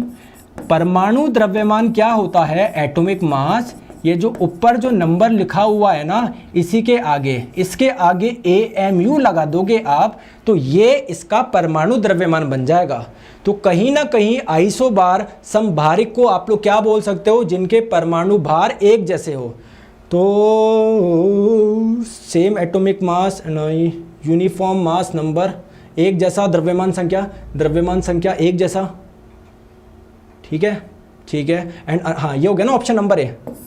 तो मास नंबर यानी द्रव्यमान संख्या तो दोस्तों एक जैसा हो गया, और नीचे वाला नंबर को क्या बोलते हैं? एटॉमिक नंबर, वो अलग अलग है। चलो आंसर बताएंगे। इलेक्ट्रॉन क्या है? एक इलेक्ट्रॉन क्या है? तो आप लोगों ने सुना होगा alpha rays, beta rays, gamma rays. तो दोस्तों जो बीटा रेज होती है उसमें क्या होते हैं? बीटा पार्टिकल होते हैं। अब ये बीटा पार्टिकल क्या होते हैं? ये बेसिकली हाई एनर्जी वाले इलेक्ट्रॉन ही होते हैं। तो बीटा पार्टिकल क्या है? एक प्रकार का इलेक्ट्रॉन ही है। यहां पर आप लोग देख सकते हो बीटा के बारे में। बीटा क्या है? हाई काइनेटिक एनर्जी इलेक्ट्रॉन्स, मतलब ये एक प्रकार के इलेक्ट्रॉन्स ही है जो जिनकी स्पीड बहुत तेज होती है। तो ये आपका हो जाएगा ऑप्शन नंबर बी, ठीक है। चलिए दोस्तों क्वेश्चन का आंसर बताएंगे आप लोग, ठीक है। देखो तीन आप लोगों को ऑप्शंस दिए, मैं बताओ क्या आप लोगों को लगते हैं? दोस्तों ये आइसोटोप्स होते हैं क्या? आइसोटोप्स के लिए तो कंडीशन क्या है कि नीचे वाला नंबर सेम होना चाहिए। भैया ये तो फॉलो ही नहीं कर रहा। दोस्तों आइसोबार है क्या? आइसोबार के लिए कंडीशन ये है कि ऊपर वाला नंबर सेम होना चाहिए, ये भी फॉलो नहीं कर रहा। ये आइसोटोन्स क्या होता है दोस्तों? इसको हम लोग सम न्यूट्रॉनिक भी बोलते हैं, यानी जिसमें न्यूट्रॉन की संख्या समान होती है, इसको हम लोग बोलते हैं आइसोटोन्स। तो यहाँ पर न्यूट्रॉन की संख्या कैसे निकाले? ऊपर वाला नंबर होता है प्रोटॉन प्लस न्यूट्रॉन, नीचे वाला नंबर होता है दोस्तों इलेक्ट्रॉन, और जितने इलेक्ट्रॉन उतने ही प्रोटॉन। यानी यहाँ पर प्रोटॉन कितने हैं? 14 है। यहाँ पर प्रोटॉन कितने हैं? 15 है। यहाँ पर प्रोटॉन 16। तो आपके प्रोटॉन प्लस न्यूट्रॉन 30 है। आई एम सॉरी, ये क्या हो गया? ठीक है, तो प्रोटॉन प्लस न्यूट्रॉन 30 है, तो न्यूट्रॉन कितने हो जाएंगे? 16। यहाँ पर 31 में से 15 गए 16, 32 में से 16 गए 16, इसमें भी 16, इसमें भी 16, इसमें भी 16। तो ये आपके आइसोटोन्स है, जिसको हम लोग सम न्यूट्रॉनिक भी बोलते हैं। ठीक है, आ जाओ नेक्स्ट क्वेश्चन आपके स्क्रीन पे। दोस्तों ये आंसर 118 आएगा ना, 118 आएगा ये। तो बोला जा रहा है अब तक कितने तत्व ज्ञात किए गए हैं। तो ये जो क्वेश्चन पूछा जा रहा है मॉडर्न पीरियोडिक टेबल के अनुसार पूछा जा रहा है। जो हमारी आधुनिक आवर्त सारणी है उसमें कितने तत्वों का वर्गीकरण हम लोगों ने किया है। तो राइट आंसर आपका हो जाएगा ऑप्शन नंबर डी 118। ठीक है, तो ध्यान रखेंगे अगर आप लोगों से पूछे टोटल एलिमेंट्स कितने नॉन हैं दोस्तों 118। अगर आप लोगों से पूछे इसमें नेचुरली कितने मिले हैं 94 आप लोगों को नेचुरली मिले हैं। आर्टिफिशियली यानी कृत्रिम रूप से कितने बनाए? 24 बनाए। पहली बात क्लियर है? ठीक है। अगर आप लोगों से पूछे इन एलिमेंट्स में कितने मेटल्स हैं, कितने नॉन मेटल्स हैं, कितने मेटलॉइड है, तो इसमें से 91 में दोस्तों मेटल है, 20 नॉन मेटल है, 7 आपके मेटलॉइड है। मेटलॉइड क्या होते हैं? जिनकी प्रॉपर्टी मेटल और नॉन मेटल दोनों की जैसे होती है। जोड़ के देख लो 91 प्लस 20 प्लस 7, ये आपके हो जाएंगे दोस्तों 118। और अगर आप लोगों से एग्जाम में पूछ ले 118वें एलिमेंट का नाम बताओ, तो यूनियन सेप्टियम जिसका सिंबल होता है UUO, ये इसका नाम हो जाएगा। ठीक है, आ जाओ। ठीक है, बताइए बाह्यतम कोश में उपस्थित इलेक्ट्रॉन की संख्या को क्या कहा जाता है?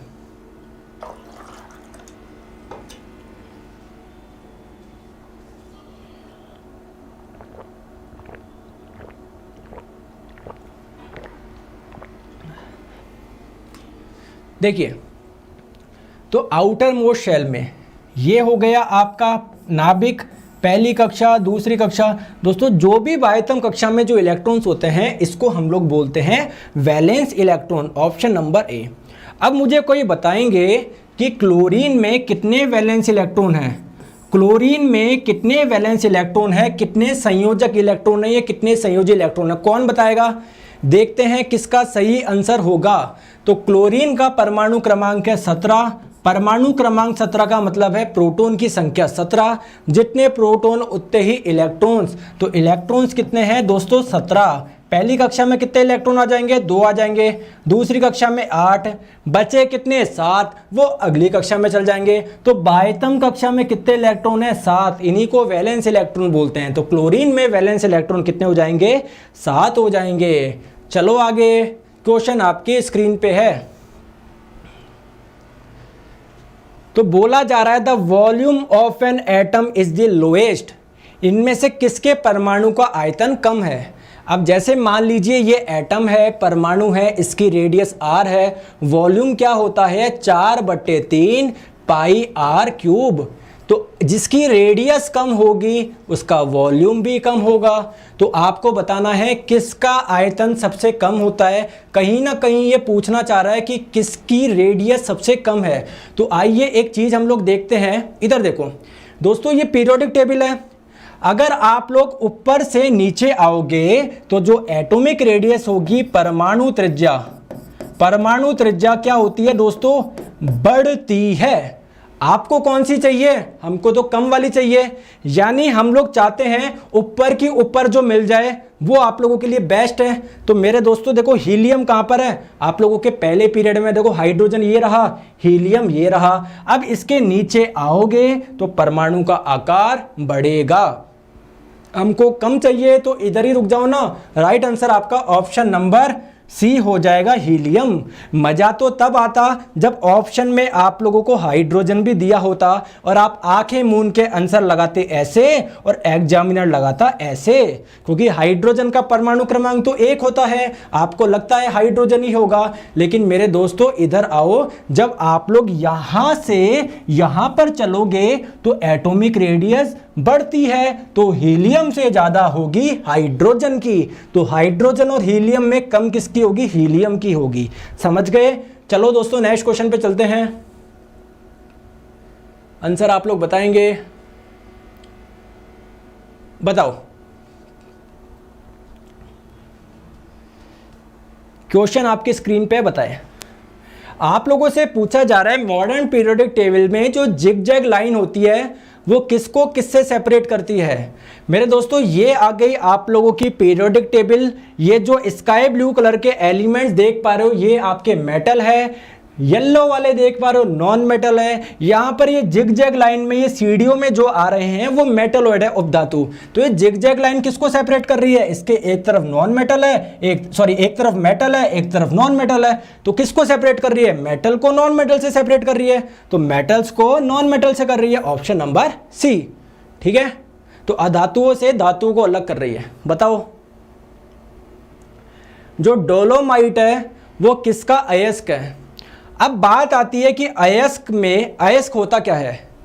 जैसे मैंने आप लोगों को बोला कि जो बॉक्साइट होता है वो एल्यूमिनियम का अयस्क है। तो अयस्क का मतलब क्या होता है? अगर किसी से आप लोग कोई पर्टिकुलर मेटल निकाल सकते हो तो उसको हम लोग अयस्क बोलेंगे। बॉक्साइट से दोस्तों क्या निकाला जा सकता है? एल्यूमिनियम निकाला जा सकता है, तो बॉक्साइट एल्यूमिनियम का अयस्क हो जाएगा। लेकिन क्वेश्चन तो आप लोगों से डोलोमाइट का पूछा गया था, तो ध्यान रखिए डोलोमाइट मैग्नीशियम का अयस्क है। मैग्नीशियम के और कौन कौन से अयस्क होते हैं? आपका मैग्नेसाइट होता है, डोलोमाइट होता है। लेकिन जो आप लोगों को याद रखना है वो एक तो कार्नेलाइट करना है, ये बहुत पूछा जाता है, और एक डोलोमाइट। तो ये आपका मैग्नीशियम का हो जाएगा। इससे क्या मिलता है आपको? मैग्नीशियम मिलता है। ऑप्शन नंबर, अच्छा इसका फॉर्मूला पूछा है क्या? तो मैग्नीशियम कार्बोनेट हो जाएगा, ठीक है। ये आपका मैग्नीशियम कार्बोनेट हो जाएगा। अगर पूछते किसका है तो मैग्नीशियम का है। चले आगे आ जाओ।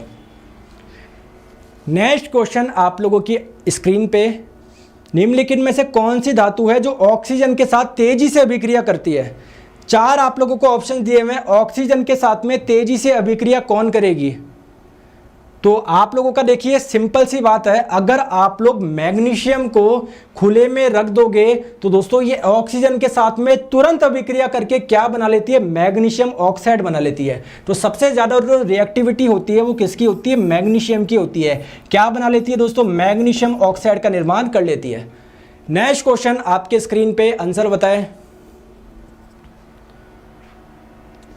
सर सबसे छोटा एटम तो हाइड्रोजन होता है ना, बताओ हीलियम कैसे? बता दूं क्या? यशपाल जी बोल रहे हैं सर बताओ, मुझे समझ नहीं आया। चलो यशपाल जी इसका आंसर दो, फिर मैं आपको बताता हूं। देखो इधर आओ। अरे मुझे कमेंट करके बताओ हाइड्रोजन का परमाणु क्रमांक कितना होता है? दोस्तों 1 होता है। चलिए ठीक है। हीलियम का कितना होता है? 2 होता है। जानते हो ये 1H1 ये हाइड्रोजन होता है, 2He4 ये आप लोगों का हीलियम होता है। तो आप लोग मुझे बताओ नीचे वाला नंबर क्या होता है? Atomic number. एटॉमिक नंबर का मतलब क्या? प्रोटॉन की संख्या। तो प्रोटॉन की संख्या कितनी है? 1 है।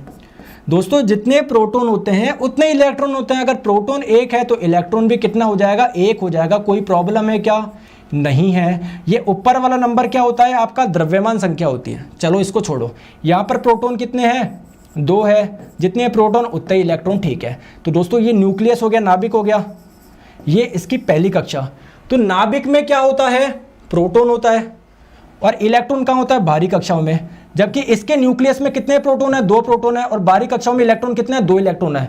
तो प्रोटॉन और इलेक्ट्रॉन आपस में एक दूसरे को अट्रैक्ट करते हैं। यहां पर क्या होगा? 1 प्रोटॉन और 1 इलेक्ट्रॉन अट्रैक्ट करेंगे, जबकि यहां पर 2 प्रोटॉन और 2 इलेक्ट्रॉन अट्रैक्ट करेंगे। तो ज्यादा आकर्षण होगा ना। आकर्षण ज्यादा होने की वजह से हीलियम का साइज कम हो जाएगा। क्लियर? अब इसका आंसर बताओ। देखो ध्यान रखोगे, जिसमें OH ग्रुप होता है इसको हम लोग बोलते हैं एल्कोहल। तो आंसर तो दोस्तों या तो ये होगा या फिर ये होगा। कार्बन कितने हैं? 2। एक का मतलब होता है मैथ, 2 का मतलब होता है एथ, तो कहीं ना कहीं एथ करके कुछ आएगा, तो एथिल एल्कोहल आपका राइट आंसर हो जाएगा। और अगर आप लोगों को ऑप्शन में ये नहीं दिया हो तो ध्यान रखेंगे दोस्तों, जब भी एल्कोहल वाले आपके कंपाउंड होते हैं ना, उनका IUPAC जब नाम लिखा जाता है तो लास्ट में क्या लगाते हैं? ऑल लगाते हैं। तो या तो एथिल एल्कोहल बोल लो या एथेनॉल बोल लो, बात आपकी एक ही है, ठीक है। चलो नेक्स्ट क्वेश्चन आप लोगों के स्क्रीन पे बताएंगे। कपड़े से स्याही और जंग के धब्बे छुड़ाने के लिए आप लोग किसका यूज कर सकते हो? इनमें से 4 ऑप्शन दिए हुए हैं, तो किसका यूज कर सकते हो दोस्तों? ऑक्जेलिक एसिड का इस्तेमाल किया जा सकता है कपड़ों से स्याही के धब्बे हटाने के लिए, ऑप्शन नंबर ए। अगर आप लोगों से कोई पूछे ऑक्जेलिक एसिड का ये आप लोग फॉर्मूला बताओ, तो C2H2O4 इसका क्या हो जाएगा? फॉर्मूला हो जाएगा। नेक्स्ट क्वेश्चन आपके स्क्रीन पे बताइए, बताए सर PDF कहाँ मिलती है क्लास की? कुलदीप जी, जब आपकी क्लास एंड हो जाएगी तो वहां पर कमेंट में आप लोगों को PDF मिल जाएगी, वहां से आप लोग डाउनलोड कर सकते हो, ठीक है। चलिए, तो निम्नलिखित में से कौन सी सक्रियता के घटते क्रम को निरूपित करता है? देखिए ये आप लोगों की पीरियोडिक टेबल हो गई। आप लोगों से किसकी बात कर रहा है? फ्लोरीन, क्लोरीन, ब्रोमीन, आयोडीन, यानी कहीं ना कहीं 17वें ग्रुप की बात कर रहा है। ध्यान रखेंगे ऊपर से नीचे आने पर क्या होता है? इलेक्ट्रोनेगेटिविटी घटती है। कैसे याद रखेंगे? अरे सबसे ज़्यादा किसकी होती है? फ्लोरीन की होती है। अब इससे नीचे आओगे तो घटेगी घटेगी। तो जिसकी इलेक्ट्रोनेगेटिविटी ज़्यादा होती है वो ज़्यादा रिएक्टिव भी होता है। तो सबसे ज़्यादा रिएक्टिव कौन होगा? फ्लोरीन होगा। जैसे जैसे नीचे आते जाओगे जो रिएक्टिविटी होगी, क्रियाशीलता होगी, कम होती जाएगी। सबसे ज़्यादा किसकी है? फ्लोरीन की है। तो सबसे ज़्यादा फ्लोरीन की, then chlorine, then bromine, then iodine, option number A. चलो आगे, आप लोगों से पूछा जा रहा है फलों के रस के परिरक्षण के लिए किसका उपयोग किया जाता है? किसका यूज करोगे बताओ जल्दी से। तो ये आपका हो जाएगा दोस्तों सोडियम बेंजोएट। इसका इस्तेमाल करा जाता है जिससे जो जूस हो वो आपका खराब नहीं हो, इसको दोस्तों सड़ने से बचाता है। नेक्स्ट क्वेश्चन आपके स्क्रीन पे, सोडियम कार्बोनेट का रासायनिक फॉर्मूला। तो क्या होता है सोडियम कार्बोनेट का दूसरा नाम? दोस्तों इसी को हम लोग बोलते हैं वॉशिंग सोडा। इसी को हम लोग बोलते हैं वॉशिंग सोडा यानी धावन सोडा। अगर आप लोगों से इसका फॉर्मूला पूछे तो Na2CO3 इसका फॉर्मूला हो जाएगा ऑप्शन नंबर ए। अगर आप लोगों से पूछे सोडियम बाइकार्बोनेट तो वो हो जाएगा NaHCO3। ये क्या होता है? खाने का सोडा होता है, बेकिंग सोडा होता है, ठीक है। चलो आगे, नेक्स्ट क्वेश्चन आपके स्क्रीन पे बताएंगे आंसर। आंसर आप लोग बताए। आप लोगों से पूछा जा रहा है जो बेकिंग पाउडर होता है वो किसका मिक्सचर होता है? किन दो चीज का मिक्सचर होता है? तो बेकिंग पाउडर, याद है अभी अभी मैंने बताया दोस्तों, जो बेकिंग पाउडर होता है वो क्या होता है? सोडियम हाइड्रोजन कार्बोनेट या फिर सोडियम बाइकार्बोनेट भी बोल सकते हो। तो ये किससे मिलता है? ये आप लोगों का जो आपका बेकिंग सोडा है NaHCO3। तो जब बेकिंग सोडे को आप लोग टार्टरिक अम्ल के साथ मिलाओगे तब निर्माण होता है किसके? बेकिंग पाउडर का। तो बेकिंग पाउडर के लिए आप लोग दोस्तों सोडियम हाइड्रोजन कार्बोनेट और टार्टरिक एसिड को मिलाओ, तब आप लोगों को निर्माण होगा, ऑप्शन नंबर बी। चलिए, इनमें से सुसाइडल बैग किसे बोलते हैं? ये सुसाइड बैग किसको बोलते हैं बताइए। आंसर आप लोग बताएं। आत्महत्या की थैली किसे कहा जाता है? तो ध्यान रखेंगे दोस्तों, जो सेल होती है इस सेल में एक पार्ट पाया जाता है जिसको हम लोग बोलते हैं लाइसोसोम। क्या बोलते हैं? लाइसोसोम। इसमें क्या भरे होते हैं दोस्तों? Hydrolytic enzyme. ये हाइड्रोलिटिक का मतलब क्या होता है? ध्यान रखें दोस्तों, इसमें कुछ आप लोग का लिक्विड भरा हुआ है। तो इसका काम क्या होता है? इसके 2 काम होते हैं। जब कोई सेल मैच्योर हो रही होती है, जब कोई सेल ग्रोथ करती है तो ये क्या करता है? बैक्टीरिया और वायरस को मारता है। लेकिन जब सेल आपकी मैच्योर हो जाती है तो लाइसोसोम फट जाता है और ये जो लिक्विड होगा ये बाहर आ जाएगा, अपनी ही सेल को क्या कर देगा? खत्म कर देगा। इसलिए हम लोग इसको सुसाइडल बैग बोलते हैं, लाइसोसोम को, ऑप्शन नंबर सी, ठीक है।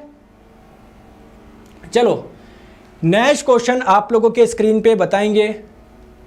स्मॉलेस्ट लिविंग सेल आप लोगों को बतानी है, सबसे छोटी जीवित कोशिका कौन सी है, सबसे छोटी जीवित कोशिका बतानी है आपको, तो वो आपकी हो जाएगी दोस्तों माइकोप्लाज्मा। अगर आप लोगों से सबसे बड़ी पूछे तो वो शतुरमुर्ग का अंडा हो जाएगा। अगर आपसे सबसे छोटी ह्यूमन में पूछे तो ह्यूमन में सबसे छोटी कौन सी होती है दोस्तों, स्पर्म होती है।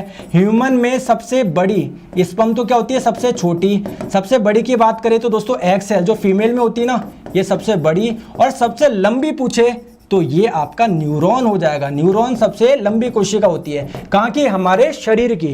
लेकिन ओवरऑल पूछ रहा है सबसे छोटी कोशिका, तो ये माइकोप्लाज्मा होता है। माइकोप्लाज्मा क्या है दोस्तों, ये एक प्रकार का बैक्टीरिया ही होता है। ठीक है, ऑप्शन नंबर सी। चलो आगे, क्वेश्चन आप लोगों की स्क्रीन पे बताइए। आप लोगों से पूछा जा रहा है वॉशिंग मशीन की जो कार्य प्रणाली होती है वो कौन से सिद्धांत पे कार्य करती है। तो ध्यान रखेंगे, आप लोगों ने देखा होगा, देखता हूं मैं इमेज है या नहीं है, रुको, नहीं, चलो इधर आओ। तो देखो आप लोग ध्यान रखेंगे दोस्तों, जो वॉशिंग मशीन होंगे वो घूमता है नहीं घूमता, बताओ।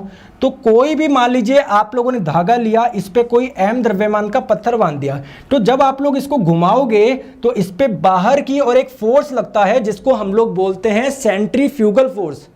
तो यहां पे भी क्या होगा दोस्तों, बाहर की ओर फोर्स लगेगा, तो जितने भी कपड़े होंगे दोस्तों वो यहां पर आ जाएंगे, क्या क्लियर, घूमते घूमते। तो ये आपका होता है दोस्तों सेंट्रीफ्यूगल। सेंट्रीफ्यूगल बोल लो या सेंट्रीफ्यूज बोल लो, बात एक ही है, ऑप्शन नंबर ए। चलो नेक्स्ट क्वेश्चन आपके स्क्रीन पे बताएंगे।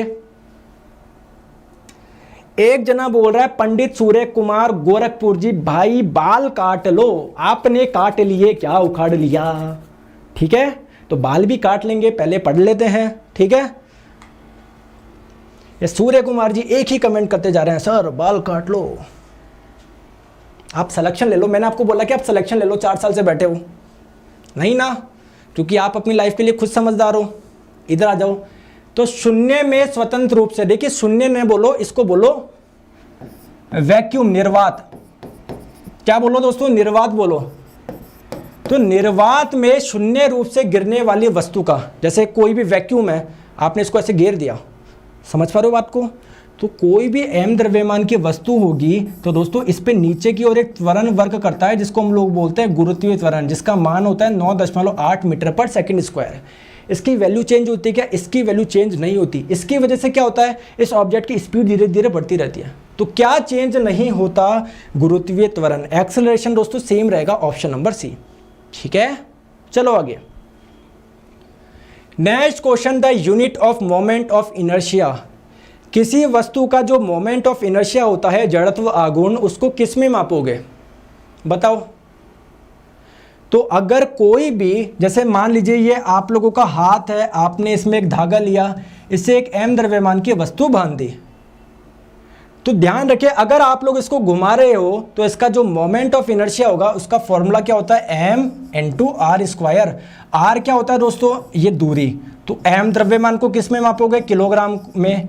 दूरी को किस में मापोगे, मीटर में। मीटर स्क्वायर हो जाएगा ना, तो kilogram × metre square, option number C. चलिए आंसर आप लोग बताएंगे।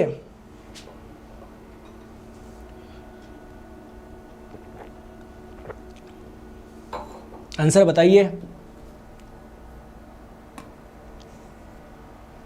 गौरी शंकर जी बोल रहे हैं मेरा नाम ले लो। ऐसा क्या कर लिया आपने जो आपका नाम लिया जाए, बताओ। मोदी जी के साथ चाय पी के आए हो क्या आप, जो आपका नाम लिया जाए, सर मेरा नाम लो, मैंने ये काम करके आया हूं मैं। तो प्रतिदिन 8 घंटे जलाने पर 100 वाट के 10 लैंपों की मासिक खपत कितनी होगी दोस्तों, यूनिट में बताना है। आपको पता है आपके घर में जो बिजली का बिल आता है वो किस में आता है, यूनिट में आता है। तो आप लोगों को ये बताना है कि अगर कुछ इस प्रकार से आपके घर में बल्ब चलेंगे तो कितने यूनिट का कंजम्पशन होगा।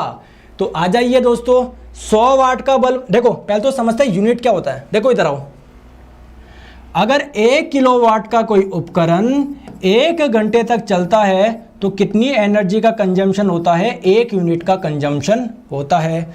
चलो ठीक है सर, तो आप लोग मुझे बताइए 100 वाट के 10 लैंप है, क्या मैं एक ऐसे बोल सकता हूँ कि 1000 वाट का एक लैंप हो गया। भाई 100 वाट के 10 बोल लो, ये 1000 वाट का बोल लो, बात एक ही है ना। और इस 1000 वाट का मतलब क्या है, 1 किलोवाट।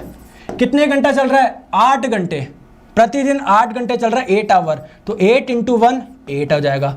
तो एक दिन में कितनी खपत हो रही है? 8 यूनिट की। आपको महीने में बतानी है, 30 से गुना कर लो, 30 × 8 240, ऑप्शन नंबर ए। चले आगे, हो गए? चलो आ जाइए, जल्दी जल्दी बताइए दोस्तों। बोला जा रहा है जब एक वस्तु का वेग दुगुना हो जाता है तो इसका क्या डबल हो जाएगा?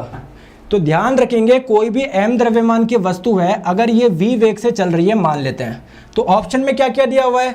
Acceleration double, momentum double. अरे बिल्कुल सही है यार, मोमेंटम क्या होता है? m × v होता है। अगर आपने v की जगह 2v कर दिया तो अब क्या हो जाएगा? मोमेंटम m × 2v, तो मोमेंटम डबल हो जाएगा। ठीक है, मोमेंटम इज डबल, संवेग दुगना हो जाएगा। चलो आगे, क्वेश्चन आपकी स्क्रीन पे बताए। दोस्तों जो भी साइंस की तैयारी कर रहे हैं, कल सुबह 9:30 बजे YouTube पर मैं एक बहुत बड़ा धमाका करने वाला हूं। आप आइए और अपनी प्रतिक्रिया दीजिएगा, बहुत आप लोगों के लिए मैंने सरप्राइज रखा है। ठीक है, आ जाओ। तो किस में नॉट का उपयोग किया जाता है? दोस्तों नॉट होता क्या है? ये इसकी स्पेलिंग होगी KNOT। तो नॉट का जो इस्तेमाल होता है वो स्पीड को मापने के लिए होता है। सर कैसे? इधर आ जाओ। इस नॉट का मतलब क्या होता है दोस्तों? जो भी आप लोगों के शिप होते हैं, जलयान होते हैं, उनकी जो गति मापी जाती है वो नॉट में मापी जाती है। अरे इस नॉट में होता क्या है? तो दोस्तों 1.5 माइल्स प्रति घंटे की जो ये चाल है ना, इसी को क्या बोलते हैं? नॉट बोलते हैं। ठीक है, चलो आगे नेक्स्ट क्वेश्चन पे आंसर बताओ। सर क्लास कब तक चलेगा दोस्तों बताओ, कितने बजे तक चलाए? जब तक चला देंगे। आप तो बैठे हो, मैं तो खड़ा होकर पढ़ा रहा हूँ, तो आपको क्या टेंशन हो रही है? तो किसी वस्तु के संवेग में, मोमेंटम में आपने इंक्रीमेंट कर दिया 20% का। देखिए ध्यान रखिए, अभी अभी मैंने फॉर्मूला बताया कि काइनेटिक एनर्जी क्या होता है? मोमेंटम का स्क्वायर अपॉन 2m। अब देखिए ये जो मोमेंटम मल्टीप्लिकेशन में है ना, मोमेंटम इनटू मोमेंटम, तो आपने गणित में वो सवाल करे होंगे कि अगर कोई वर्ग है या कोई आयत है, अगर इसकी लंबाई में इतना इंक्रीमेंट करा, चौड़ाई में इतना इंक्रीमेंट किया, तो एरिया में कितना होगा? समझ रहे हो? सक्सेसिव कुछ बोलते हैं इसको, सक्सेसिव इंक्रीमेंट वगैरह। तो देखो P × P, इसमें 10% करा, सॉरी इसमें 20 करा, इसमें भी 20 करा, तो वो फॉर्मूला आप लोगों को पता होगा, A + B + AB/100। तो क्या हो जाएगा? 20 + 20 40, 40 + 400/100, तो 44 आ जाएगा, ऑप्शन नंबर ए। ओके, चलो आ जाओ, क्वेश्चन आप लोगों के स्क्रीन पे बताओ।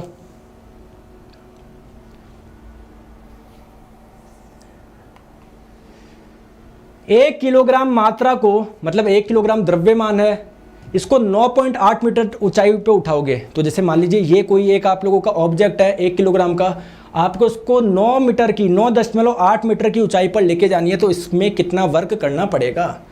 आप लोग जानते हैं क्या? अगर m द्रव्यमान की कोई वस्तु को आप लोग h हाइट पर लेके जाओगे तो इसके पास में पोटेंशियल एनर्जी कितनी आ जाती है? mgh आ जाती है। ये एनर्जी आई कहाँ से? क्योंकि दोस्तों इस वस्तु को उठाने के लिए जो आपने वर्क करा, ये ही इसकी पोटेंशियल एनर्जी यानी स्थितिज ऊर्जा बन जाती है। तो mgh लगा दो, mgh, m कितना है? 1 किलोग्राम। g आपका कितना होता है? 9.8 होता है। कितनी हाइट तक उठाना है? 9.8 तक। तो 9.8 का स्क्वायर हो जाएगा और आंसर किस में आएगा? जूल में आएगा, ऑप्शन नंबर बी। ठीक है, चलो आ जाइए, नेक्स्ट क्वेश्चन आप लोगों के स्क्रीन पे बताए। आप लोगों से बोला जा रहा है कि पृथ्वी के पृष्ठ से पलायन वेग का मान किलोमीटर पर सेकंड में लगभग कितना होगा? ये पलायन वेग क्या होता है? आप लोग किसी वस्तु को फेंकोगे, ये तो वापस नीचे आ गई, तेज फेंकोगे थोड़ा सा और ऊपर चल जाएगी। अगर आप लोग पृथ्वी से किसी वस्तु को इतना तेज फेंको कि कभी जिंदगी में लौटकर वापस नहीं आए, उसको बोलते हैं एस्केप वेलोसिटी, और उसका मान होता है 11.2 किलोमीटर पर सेकंड। तो लगभग कितना हो जाएगा? Option number D. आरपीएफ में जो रेलवे का पेपर हुआ था आरपीएफ, उसमें पूछा गया था जो मून है, चंद्रमा, इसकी सतह के लिए एस्केप वेलोसिटी बताओ, तो ये आपका हो जाएगा 2.3 किलोमीटर पर सेकंड।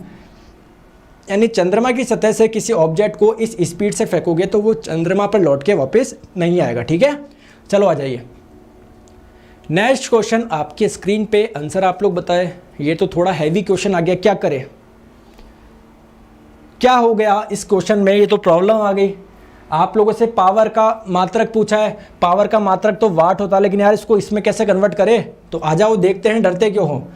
तो पावर क्या होता है आप लोगों का, रेट ऑफ वर्क डन, कार्य करने की दर, तो कार्य बटे समय, समझ में आ गया। कार्य क्या होता है आप लोगों का, बल गुना विस्थापन, फोर्स इनटू डिस्प्लेसमेंट, समय आप लोग जानते हो टाइम। फोर्स को किस में मापते हो दोस्तों, न्यूटन में मापते हो। डिस्टेंस को किस में मापते हो, मतलब विस्थापन को किस में मापते हो, मीटर में। और समय को सेकंड में। अभी भी बात नहीं बैठ रही, मीटर तो ले आया मैं, सेकंड भी ले आया, लेकिन इस न्यूटन को भी हटाओ यार। तो भैया आप लोग जानते हो फोर्स होता है मास इनटू एक्सेलरेशन, द्रव्यमान का मात्रक होता है किलोग्राम और एक्सेलरेशन का होता है मीटर पर सेकंड स्क्वायर। इसी को ही हम लोग क्या बोलते हैं, न्यूटन बोलते हैं। तो न्यूटन की जगह ये लगा दो, kilogram into metre per second square, यह आपका मीटर अपॉन सेकंड। तो क्या बन जाएगा, किलोग्राम, ऊपर 2 मीटर है ना तो किलोग्राम मीटर स्क्वायर, और नीचे सेकंड क्यूब है, ये ऊपर चला जाएगा तो सेकंड की पावर -3 हो जाएगा। तो राइट आंसर आपका हो जाएगा ऑप्शन नंबर सी। समझ गए सर, पीडीएफ मिलेगा क्या, बिल्कुल पीडीएफ मिलेगा, टेंशन ना लीजिए आप लोग। चलो नेक्स्ट क्वेश्चन आप लोगों के स्क्रीन पे बताएंगे, आंसर आप लोग बताएं। क्वेश्चन में बोला जा रहा है कि यदि बल लगाने पर कोई कार्य न हो तो बल तथा विस्थापन के बीच में एंगल कितना होगा। यहां पर आइए, मान लीजिए दोस्तों कोई सरफेस है, इस पे कोई भी एक m द्रव्यमान की वस्तु है, आपने दोस्तों इस पे कोई फोर्स लगाया, मान लीजिए ऐसे फोर्स लगाया, लेकिन ये बॉडी ऐसे डिस्प्लेस कर रही है, विस्थापन की दिशा मान लीजिए ऐसी है, और मान लीजिए जिस डायरेक्शन में आपने फोर्स लगाया और जिस दिशा में विस्थापन हो रहा है, इन दोनों दिशाओं के बीच में जो एंगल है वो मान लीजिए थीटा है। तो वर्क का फॉर्मूला होता है आप लोगों का एफ एस कॉस थीटा। अगर मान लीजिए दोस्तों फोर्स और विस्थापन की दिशा के बीच में अगर एंगल 90 है तो कॉस 90 का मान होता है दोस्तों 0 और कार्य 0 आ जाएगा। तो कार्य ना हो या कार्य 0 हो, कब होगा, जब एंगल 90 डिग्री होगा, ऑप्शन नंबर बी। चलो नेक्स्ट क्वेश्चन आपकी स्क्रीन पे बताओ। तो दोस्तों ये क्वेश्चन भी इस बार आप लोगों के एनटीपीसी में पूछा गया है।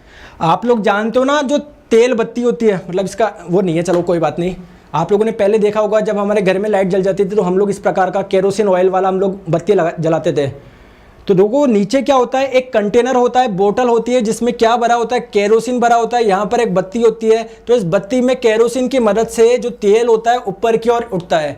तो इस प्रक्रिया को क्या बोलते हैं, कैपिलरी एक्शन बोलते हैं। क्या बोलते हैं, कैपिलरी एक्शन बोलते हैं, केशिका क्रिया बोलते हैं, या केशिकात्व क्रिया आप लोग बोल सकते हो। चलो दोस्तों आगे नेक्स्ट क्वेश्चन पे आंसर बताएंगे। The purity of solid is obtained by detecting. दोस्तों कोई भी ठोस शुद्ध है या नहीं, इसका पता आप लोग कैसे लगा सकते हो। तो आइए यहां पर आप लोग देखते हैं, ध्यान रखेंगे अगर कोई सॉलिड है, ठीक है, मान लीजिए इसका कुछ मेल्टिंग पॉइंट है 1000 डिग्री सेल्सियस। कहने का मतलब ये है अगर आप लोग इसको गर्म करोगे 1000 डिग्री सेल्सियस पर तो ये 1000 डिग्री सेल्सियस पर मेल्ट होना स्टार्ट हो जाएगा। लेकिन अगर इसमें कुछ इम्प्योरिटीज मिली हो, कुछ अशुद्धता मिली हो तो उसका मेल्टिंग पॉइंट कम हो जाता है। यानी 1000 के बजाय दोस्तों अब तो 900 पे ही मेल्ट हो गया। तो हम लोगों को पता पड़ा यार 900 पे ही मेल्ट हो गया, होना 1000 पे चाहिए था, इसका मतलब इसमें कुछ इम्प्योरिटीज है। तो सॉलिड की जो इम्प्योरिटीज होती है वो मेल्टिंग पॉइंट से चेक करी जाती है, ऑप्शन नंबर बी। ठीक है, आ जाओ। वर्षा की बूंद गोलाकार क्या होती है, आप लोगों को पता है जो वर्षा की बूंद नीचे गिरती है उसका शेप हमेशा कैसा होगा, स्फेरिकल होगा। कारण क्या होता है दोस्तों, सरफेस टेंशन, पृष्ठ तनाव के कारण। चलो आ जाइए नेक्स्ट क्वेश्चन। ऊंचाई पर खाना देरी से क्यों बनता है। ऊंचाई पर खाना देरी से क्यों बनता है, इसका आप लोगों को कारण बताना है।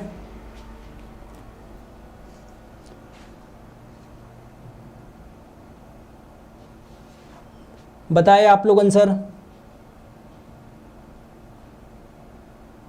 ठीक है, देखिए एक चीज़ ध्यान रखो, प्रेशर कम होने के साथ वाटर का बॉइलिंग पॉइंट भी क्या होता है, कम होता है। ठीक है, जैसे अगर मैं आप लोगों को बात बताऊं कि अभी वाटर का बॉइलिंग पॉइंट कितना है, क्वथनांक 100 डिग्री सेल्सियस है। यानी अगर आप लोग पानी को उबालोगे, मतलब पानी को गर्म करोगे, तो जैसे ही इसका तापमान 100 पहुंचेगा तो वो आपका बॉयल होना स्टार्ट हो जाएगा।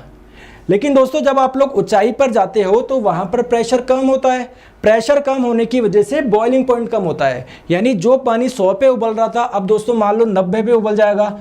आप लोग बोलोगे ये तो बहुत अच्छी बात है, 90 पे उबल गया। लेकिन दोस्तों एक प्रॉब्लम है, जैसे मान लीजिए यहाँ पर आप लोगों ने पहाड़ी पे गए, आप लोगों ने चावल डाले, ठीक है, तो आप गर्म कर रहे हो, गर्म करो दोस्तों, 90 पहुंचते ही तो वेपर बनना स्टार्ट हो जाएगा, उबलना स्टार्ट हो जाएगा, इसकी भाप बनना स्टार्ट हो जाएगी। 90 से ज़्यादा तापमान आप लोग यहाँ पर ले जा सकते हो क्या? नहीं ले जा सकते। जबकि यहाँ पर 100 तक ले जा सकते हो दोस्तों। यहाँ पर जो अधिकतम तापमान है पानी का वो 100 तक रह सकता है। 100 डिग्री सेल्सियस वाले पानी में आप लोग चावल को रख सकते हो, जबकि यहाँ पर पहाड़ों पर 90 से ऊपर ले ही नहीं जा सकते। तो उसका कारण क्या होता है दोस्तों? Atmospheric pressure decreases, option number D. चलो नेक्स्ट क्वेश्चन आपके स्क्रीन पे, जो एक्सरेज होती है वो क्या होती है? क्या एक्सरेज में कोई पार्टिकल्स होते हैं क्या? नहीं दोस्तों, ये आप लोगों की एक प्रकार की इलेक्ट्रोमैग्नेटिक वेव होती है, विद्युत चुंबकीय तरंग। इसका मतलब क्या होता है? ऐसी तरंगे जिनको आगे चलने के लिए कोई माध्यम की जरूरत नहीं होती, ये निर्वात में से भी चल सकती है। ऐसी तरंगों को हम लोग बोलते हैं इलेक्ट्रोमैग्नेटिक वेव, और एक्सरे एक प्रकार की इलेक्ट्रोमैग्नेटिक वेव ही होती है। बताओ आंसर, बताओ। -40 डिग्री सेल्सियस को आप लोगों को फ़ारेनहाइट में बदलना है, तो होता क्या है? C/5 is equals to F-32/9 होता है। यहाँ पर क्या है? सेल्सियस और फ़ारेनहाइट में आप लोग रिलेशन निकाल सकते हो। सेल्सियस कितना है? -40, ठीक है, और आप लोगों को फ़ारेनहाइट में निकालना है।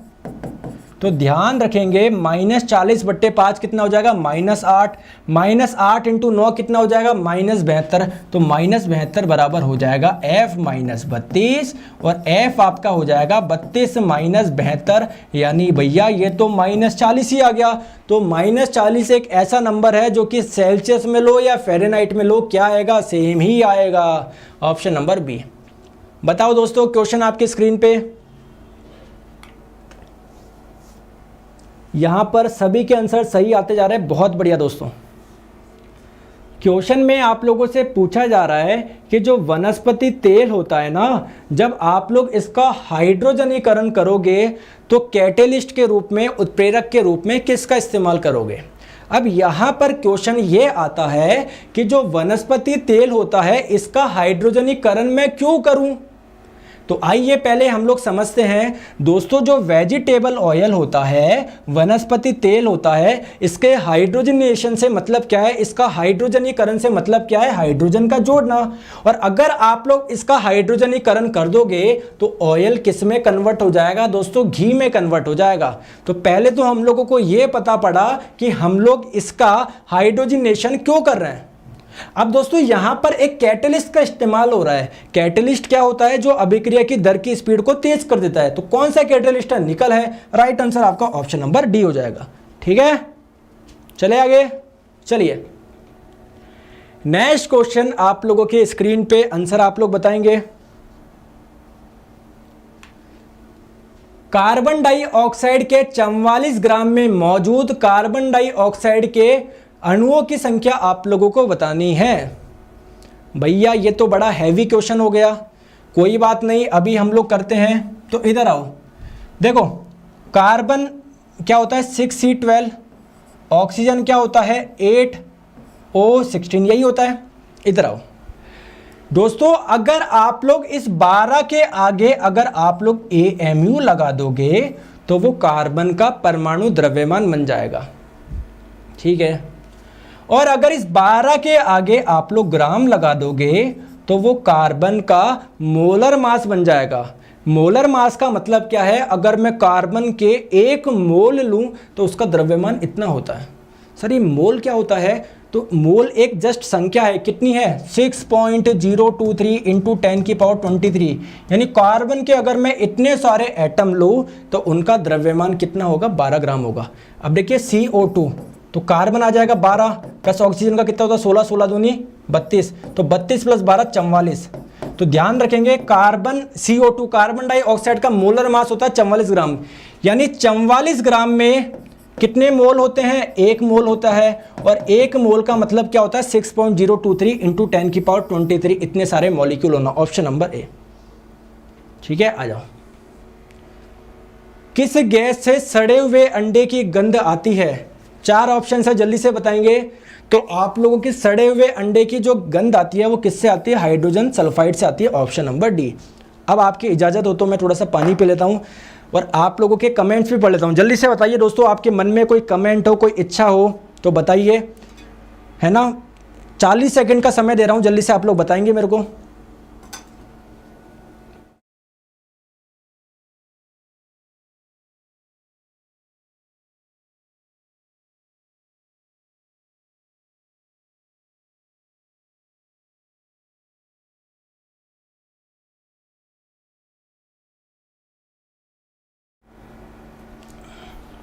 बताए।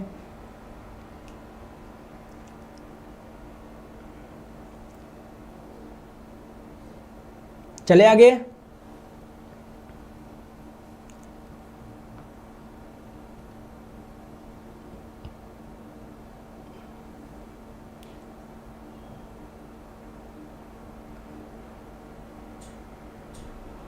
चलिए,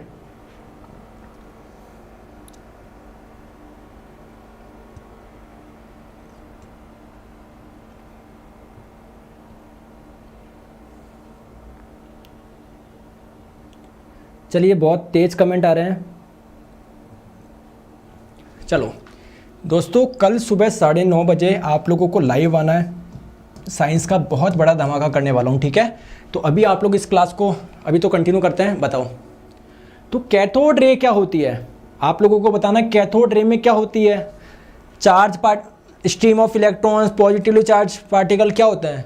तो ध्यान रखिए दोस्तों, जब इलेक्ट्रॉन की डिस्कवरी हुई थी तो वो एक एक्सपेरिमेंट से हुई थी जिसको हम लोग बोलते हैं कैथोड रे एक्सपेरिमेंट। ये एक्सपेरिमेंट किसने करा था? जे थॉमसन ने।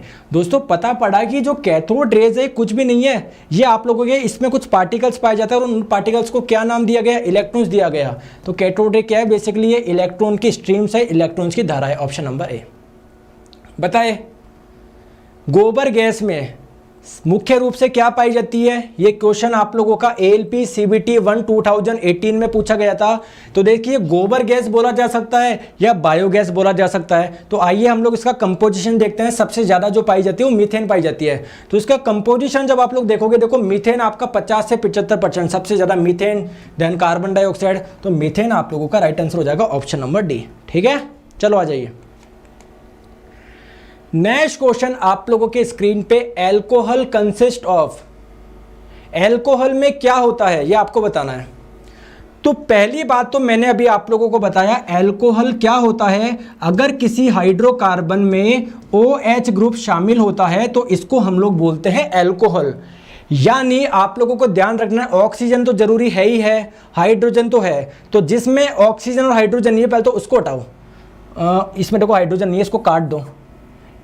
चलो, और ध्यान रखेंगे दोस्तों हाइड्रोकार्बन क्या होता है? एक कार्बन की श्रृंखला जिसमें कार्बन और हाइड्रोजन दोनों पाए जाते हैं। तो कार्बन, ऑक्सीजन और हाइड्रोजन ये तीनों होने चाहिए दोस्तों किसमें? एल्कोहल में, ऑप्शन नंबर बी। और इसका जो जनरल फॉर्मूला मैं आपको बताऊं वो क्या होता है? CnH2n+1OH। जैसे मैंने आप लोगों को बोला कार्बन अगर आप लोग 1 रखोगे तो क्या बन जाएगा? CH3OH।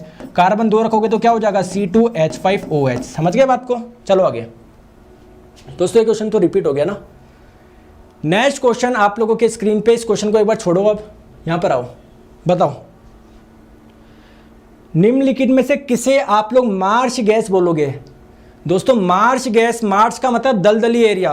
तो जो मीथेन गैस होती है इसी को मार्श गैस बोलते हैं क्योंकि मार्शी एरिया में पाई जाती है, ठीक है। Option number D. Next question, sodium को जल में डालने पर कौन सी गैस निकलेगी? जो सोडियम है ना, सोडियम अगर आप लोग इसको जल में डालोगे तो क्या मिलेगी, रिएक्शन बताइए। तो इधर आओ, देखिए जब आप लोग सोडियम को वाटर में डालोगे तो किसका निर्माण होगा, सोडियम हाइड्रोक्साइड का, प्लस आप लोगों का निर्माण होगा हाइड्रोजन गैस का। तो कौन सी गैस आपकी बनेगी, हाइड्रोजन गैस। मेरा क्वेश्चन ये है कि सोडियम हाइड्रोक्साइड का दूसरा नाम क्या है, इस बार के एनटीपीसी में क्वेश्चन पूछा गया, जरा बताइए, जल्दी से बताइए।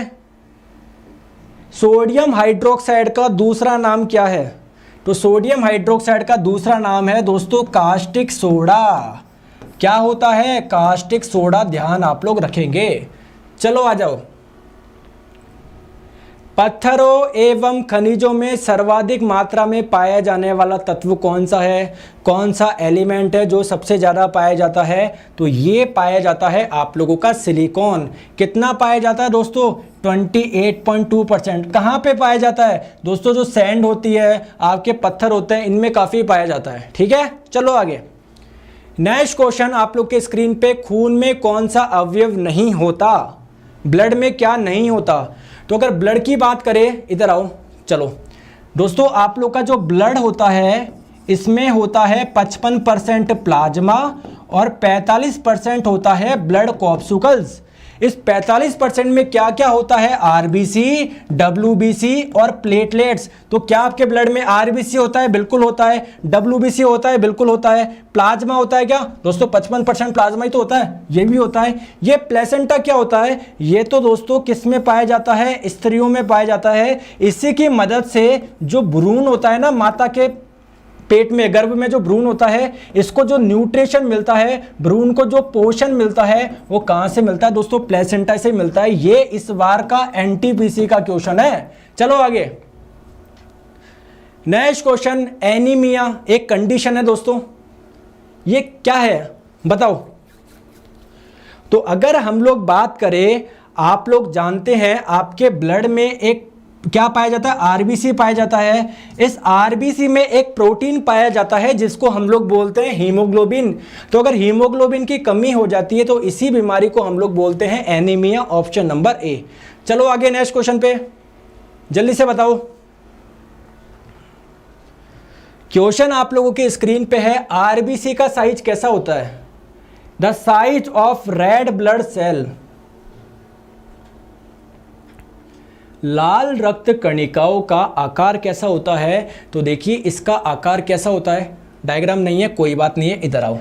ये हो गया आप लोगों की, मान लो एक टैबलेट है, एक काम करो, इसको ऊपर से दबा दो, नीचे से दबा दो, तो कैसे बन जाएगा, कुछ इस प्रकार का बन जाएगा ना। तो ये ही शेप होता है आरबीसी का। इसको हम लोग बोलते हैं बाइकॉनकेव। क्या बोलते हैं, बाइकॉनकेव। अब एक भी ऑप्शन में नहीं है, राइट आंसर आपका ऑप्शन नंबर डी हो जाएगा, नन ऑफ दीज। क्यों, क्योंकि भैया जो बाइकॉनकेव है वो किसी में दिया हुआ ही नहीं है। ये बाइकॉनकेव क्या होता है दोस्तों, द्विअवतल को ही हम लोग क्या बोलते हैं, बाइकॉनकेव बोलते हैं। ठीक है, तो right answer option number D हो जाएगा। आ जाओ। तो एल्कोहल शरीर में पहुंचकर क्या करता है, तो आपकी दोस्तों जो सेंसिटिविटी होती है उसको क्या कर देता है, रिड्यूस कर देता है। कैसे सर, जैसे आप लोगों को कोई भी सेंसेशन नहीं होता है ना, मैं आप लोगों से बोलूँ, आप लोगों को किसी चीज़ का पता नहीं रहता, बस आप लोग तो बोलते हो कि गाड़ी तेरा भाई चलाएगा, तो आप लोग की जो सेंसिटिविटी होती है वो क्या हो जाती है दोस्तों, रिड्यूस हो जाती है। Option number B. और ये कब होती है घटना, रात्रि 8 बजे के बाद। कब, 8 PM के बाद। जस्ट जोक मारा है, ऐसा नहीं है कहा सोचो सर रात को 8 बजे के बाद ही सेंसिटिविटी रिड्यूस होगी। कभी भी कंजम्पशन करोगे तो सेंसिटिविटी खत्म होगी, तो ये बहुत गलत चीज़ है आपके शरीर के लिए। बताओ इनमें से कौन सा हार्मोन नहीं है। हार्मोन क्या होते हैं, ऐसे पदार्थ होते हैं जो ब्लड में घुलकर डिफरेंट प्रक्रिया करते हैं। कोई ब्लड प्रेशर को कंट्रोल करने में इस्तेमाल होता है, कोई आपकी ग्रोथ करने में इस्तेमाल होता है, कोई दाढ़ी मूंछों के लिए रेस्पॉन्सिबल होता है। तो इंसुलिन एक हार्मोन है, एड्रेनलिन एक हार्मोन है, थायरोक्सिन एक हार्मोन है। दोस्तों हीमोग्लोबिन एक प्रोटीन है, ये एक हार्मोन नहीं है।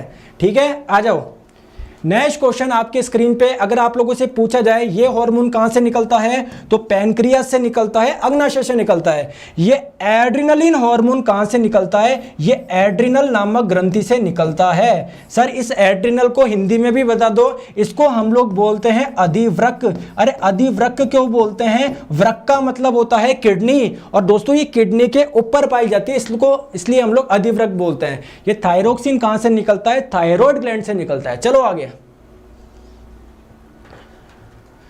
मानव के हृदय में कितने वॉल्व होते हैं। अभी कोंकण रेलवे टेक्नीशियन का पेपर हुआ था जिसमें साइंस 20 नंबर की आई थी, उसमें पूछा गया था कि जो मछली का हृदय होता है उसका जो हार्ट होता है वो कितने चैम्बर होता है। तो मछली की अगर बात करें तो इसका जो हृदय होता है वो 2 चैम्बर होता है। अगर बात करें मानव के तो 4 चैम्बर होता है। कैसे 4 चैम्बर, मान लो ये हार्ट है, इसके 4 भाग, ऊपर वाले पार्ट को बोलते हैं ऑरिकल यानी आलिंद। तो ये आपका लेफ्ट ऑरिकल, ये आपका राइट ऑरिकल, ये आपका लेफ्ट वेंट्रिकल, ये आपका राइट वेंट्रिकल। कितने भाग होते हैं, 4 होते हैं, ऑप्शन नंबर है। चलो आगे।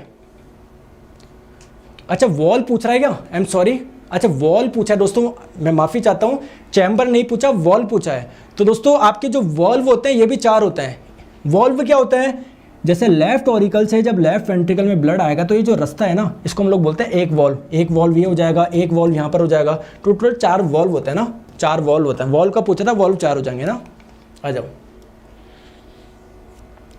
जब किडनी खराब हो जाती है तो क्या हो जाता है, बताओ। किडनी जब खराब होती है तो क्या होता है। तो देखिए किडनी का काम क्या होता है, आप लोग जब प्रोटीन खाते हो ना, प्रोटीन, तो जब प्रोटीन का पाचन होता है तो ये किस में कन्वर्ट होता है, ये होता है अमीनो अम्ल में। दोस्तों अमीनो अम्ल किस में कन्वर्ट हो जाता है, अमोनिया में। ये अमोनिया किस में जाता है, लीवर में। लीवर क्या करता है, अमोनिया में मिलाता है कार्बन डाइऑक्साइड और किसका निर्माण कर लेता है, यूरिया का निर्माण कर देता है। अगर आप लोगों से पूछे यूरिया का निर्माण कौन करता है, लीवर करता है। किडनी क्या करता है, जो ये यूरिया होता है ना, मतलब ये आपके ब्लड में मिल जाती है, तो इस ब्लड में से यूरिया को अलग कौन करता है, किडनी करती है। तो किडनी अगर आप लोगों का खराब हो जाएगी तो यूरिया को दोस्तों अलग नहीं कर पाएगी। यूरिया क्या है, एक वेस्ट मटेरियल है, ये नाइट्रोजन युक्त गंदगी है। तो अगर किडनी खराब हो जाएगी तो आप लोग के ब्लड में जो भी नाइट्रोजन वेस्ट होंगे उनका अमाउंट बढ़ जाएगा। ठीक है, आ जाइए नेक्स्ट क्वेश्चन पे। नेक्स्ट क्वेश्चन आप लोगों के स्क्रीन पे। सर पीडीएफ दोस्तों क्लास के बाद में मिल जाएगी, परेशान ना हो पीडीएफ के लिए। अगर चाहे हम लोग बात करें क्वेश्चन पूरे नहीं कर पाए, लेकिन मैं आपको पीडीएफ पूरे 500 क्वेश्चन के दूंगा, टेंशन मत लेना आप, ठीक है। तो जब रेलगाड़ी पर आप लोग पहुंचते हो, मतलब जब प्लेटफॉर्म पर रेलगाड़ी आती है तब उसकी आवाज़ कुछ अलग होती है, जब जाती है जब अलग होती है। ये क्या होता है दोस्तों, ये डॉपलर इफेक्ट होता है। क्या होता है, ये डॉपलर इफेक्ट होता है। आप लोग को फ्रीक्वेंसी में अगर चेंज लगे तो that is the Doppler effect, option number B. Answer बताए दोस्तों क्वेश्चन का। किसी माध्यम के अपवर्तनांक में प्रकाश की गति और उस माध्यम में प्रकाश की गति के बीच में सही संबंध क्या है। तो जैसे मैंने आप लोगों को बोला, आप लोगों को ग्लास का अपवर्तनांक निकालना है, कांच का अपवर्तनांक निकालना है, तो ध्यान रखें अपवर्तनांक का फॉर्मूला होता है C/V। ये C क्या है, प्रकाश की चाल निर्वात में कितनी होती है, 3 × 10⁸ मीटर पर सेकेंड। दोस्तों ये V क्या होता है, उस माध्यम में प्रकाश की चाल जिसका आपको अपवर्तनांक निकालना है। जैसे कांच में निकालना है तो कांच में प्रकाश की चाल होती है 2 × 10⁸। तो देखिए 10⁸ से 10⁸ जाएगा, 3/2 बचेगा 1.5। ठीक है, तो ये आपके कांच का अपवर्तनांक हो जाएगा। तो दोस्तों एक इंपॉर्टेंट चीज़ मैं आप लोगों को बता देता हूँ, पहले आप लोग मेरी बात सुनिए, ठीक है। फिर एक तो पहले मैं आप लोगों के यहाँ पर जो भी आपके मन में इच्छा है वो आप लोग कमेंट करें दोस्तों। तो इसका मैं आप लोगों को एक वीडियो और बना दूंगा, है ना। देखो इससे पहले तो मैं आप लोगों को एक चीज़ बताता हूँ, देखो बहुत इंपॉर्टेंट। देखो दोस्तों आप लोगों को यहाँ पर कमेंट में एक लिंक दिख रहा होगा, यहाँ पर क्या हो रहा है, आप लोगों के लिए एक फ्री टेस्ट हो रहा है। किसके लिए, एसएससी स्टूडेंट्स के लिए। समझ गए बात को। तो आप लोग दोस्तों ये टेस्ट दीजिए, जिससे आप लोगों को, अगर आप लोग यहाँ पर स्कोर कर पाते हो तो आप लोग को फ्री सब्सक्रिप्शन मिलेंगे। जो पिछली बार आपका टेस्ट हुआ था वहाँ पर इन 3 बच्चों को फ्री सब्सक्रिप्शन मिले थे, तो आप भी ले सकते हो। कब है? 28 फरवरी को दोपहर 12 बजे है। तो आप लोग अभी एनरोल कर लो, कमेंट में लिंक दिया हुआ है लाइव चैट में, वहाँ पर कोड पूछेगा, कोड में डाल देना नीरज 11। तो बस आप लोग टेस्ट दे लेना, अगर आपके अच्छे मार्क्स आते हैं तो आप लोगों को फ्री सब्सक्रिप्शन मिल जाएगा। पहली बात तो ये। दोस्तों दूसरी बात मैं क्या बोलना चाह रहा हूँ, अब बात को समझोगे आप। इधर आओ, आप लोग के लिए बता रहा हूं, जो भी तैयारी कर रहे हैं, जो अपनी साइंस को बेस्ट करना चाहते हैं। सर पीडीएफ भी बता दीजिएगा। पीडीएफ भी सारे आंसर मिल जाएंगे, देखो क्वेश्चन और इसके आगे आंसर आप लोग को मिल जाएंगे, सारी पीडीएफ मिल जाएगी, टेंशन मत लो अब, ठीक है।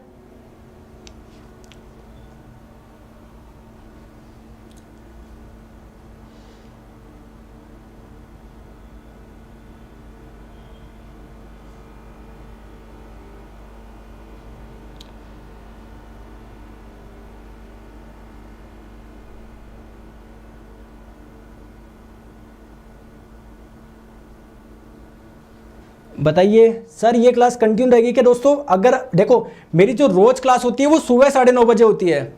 कितने बजे होती है? सुबह 9:30 बजे मेरी क्लास होती है, आप लोग ध्यान रखें। हाँ अब मैं बताता हूँ, देखो इधर आओ। देखो कल मैं आप लोगों के लिए साइंस का बहुत बड़ा धमाका लेके आने वाला हूँ। कितने बजे दोस्तों? सुबह 9:30 बजे 9:30 AM पर।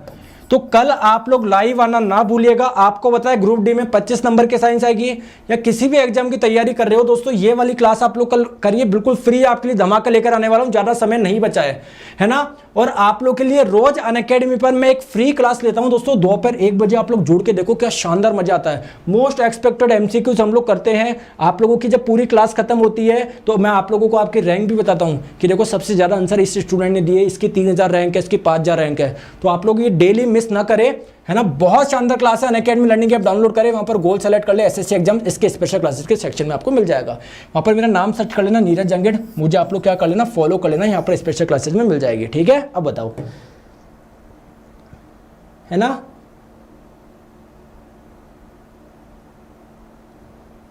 तो सुबह 9:30 बजे अपनी क्लास होगी। 25 नंबर लाने हैं ना, तो सुबह 9:30 बजे आ जाना यूट्यूब पर। हाँ ये क्वेश्चन कंप्लीट करवा दूंगा, टेंशन मत लो आप, है ना। बाकी इसकी पीडीएफ भी दे दूंगा आप लोगों को, एक नेक्स्ट पार्ट में लेके वो भी कंप्लीट करवा दूंगा, ठीक है। टेंशन ना लीजिए। तो सुबह 9:30 बजे आप लोग लाइव आ जाओ। मैं आप लोगों को बताऊंगा क्या शानदार आप लोग के लिए धमाका मैं लेकर आने वाला हूं, है ना। और दोस्तों जब आप लोग स्पेशल क्लास खोलोगे, अगर आप नए स्टूडेंट हो तो आपसे कोड पूछा जाता है। तो कोड में आप लोग डाल दीजिए नीरज 11 और अनलॉक कर दीजिए, जिससे आप लोग क्लास देख पाए। और अगर आप लोग अनअकैडमी पर कोई भी सब्सक्रिप्शन ले दोस्तों, यहाँ पर आपको सारे कोर्स मिल जाते हैं। SSC का लोगे तो SSC में जितने भी कोर्स चल रहे हैं आप लोग के, साइंस के, मैथ्स के, रीजनिंग के, सारे टॉप टीचर्स पढ़ाते हैं, सबके कोर्स देख पाओगे। हर क्लास की आपको PDF मिलेगी। तो जैसे जिसका भी लेना हो, कैट का लेना हो, UPSC का लेना हो, आप लोगों को लॉ का लेना हो, बैंक एग्जाम का, जिसका भी लेना हो दोस्तों, गेट सब्सक्रिप्शन करें। यहां पर प्राइस आ जाएगी। जैसे SSC की बात करूं, 12 महीने का 6500 है। रेफरल कोड डालेंगे नीरज 11, तो ये आपका पड़ जाएगा 5850 का। जिसका भी लेना हो दोस्तों, कोड याद रखिए नीरज 11, ठीक है। तो वीडियो को लाइक करें, शेयर करें, चैनल सब्सक्राइब जरूर करें। और दोस्तों इस क्लास की PDF आपको क्लास के 15 से 20 मिनट के बाद में कमेंट में आप लोगों को मिल जाएगी, तो वहां से आप लोग डाउनलोड कर सकते हो, ठीक है। और बताइए, एक जना बोल रहा है एनिमल किंगडम। दोस्तों एनिमल किंगडम मैंने आज आपको करवा दिया है, आधा आधा मैं आपको कल करवा दूंगा, ठीक है। ओके। एक जना बोल रहा है सर जब एग्जाम होगा नहीं तो पढ़ा क्यों रहे हो? दोस्तों शायद आपका तो नहीं हुआ, लेकिन यहाँ पर जो वाईफाई स्टडी से बच्चे जो भी NTPC की तैयारी कर रहे थे, उनका सबका पेपर हो चुका है ना। जिनका बाकी है उनका 5th फेज में हो जाएगा। तो एक जना बोल रहा है सर एग्जाम होगा ही नहीं तो, ठीक है। तो आपको थोड़ा कॉमन सेंस लगाओ, NTPC के एग्जाम चल रहे हैं, ग्रुप डी के भी 1 महीने बाद में, ठीक है।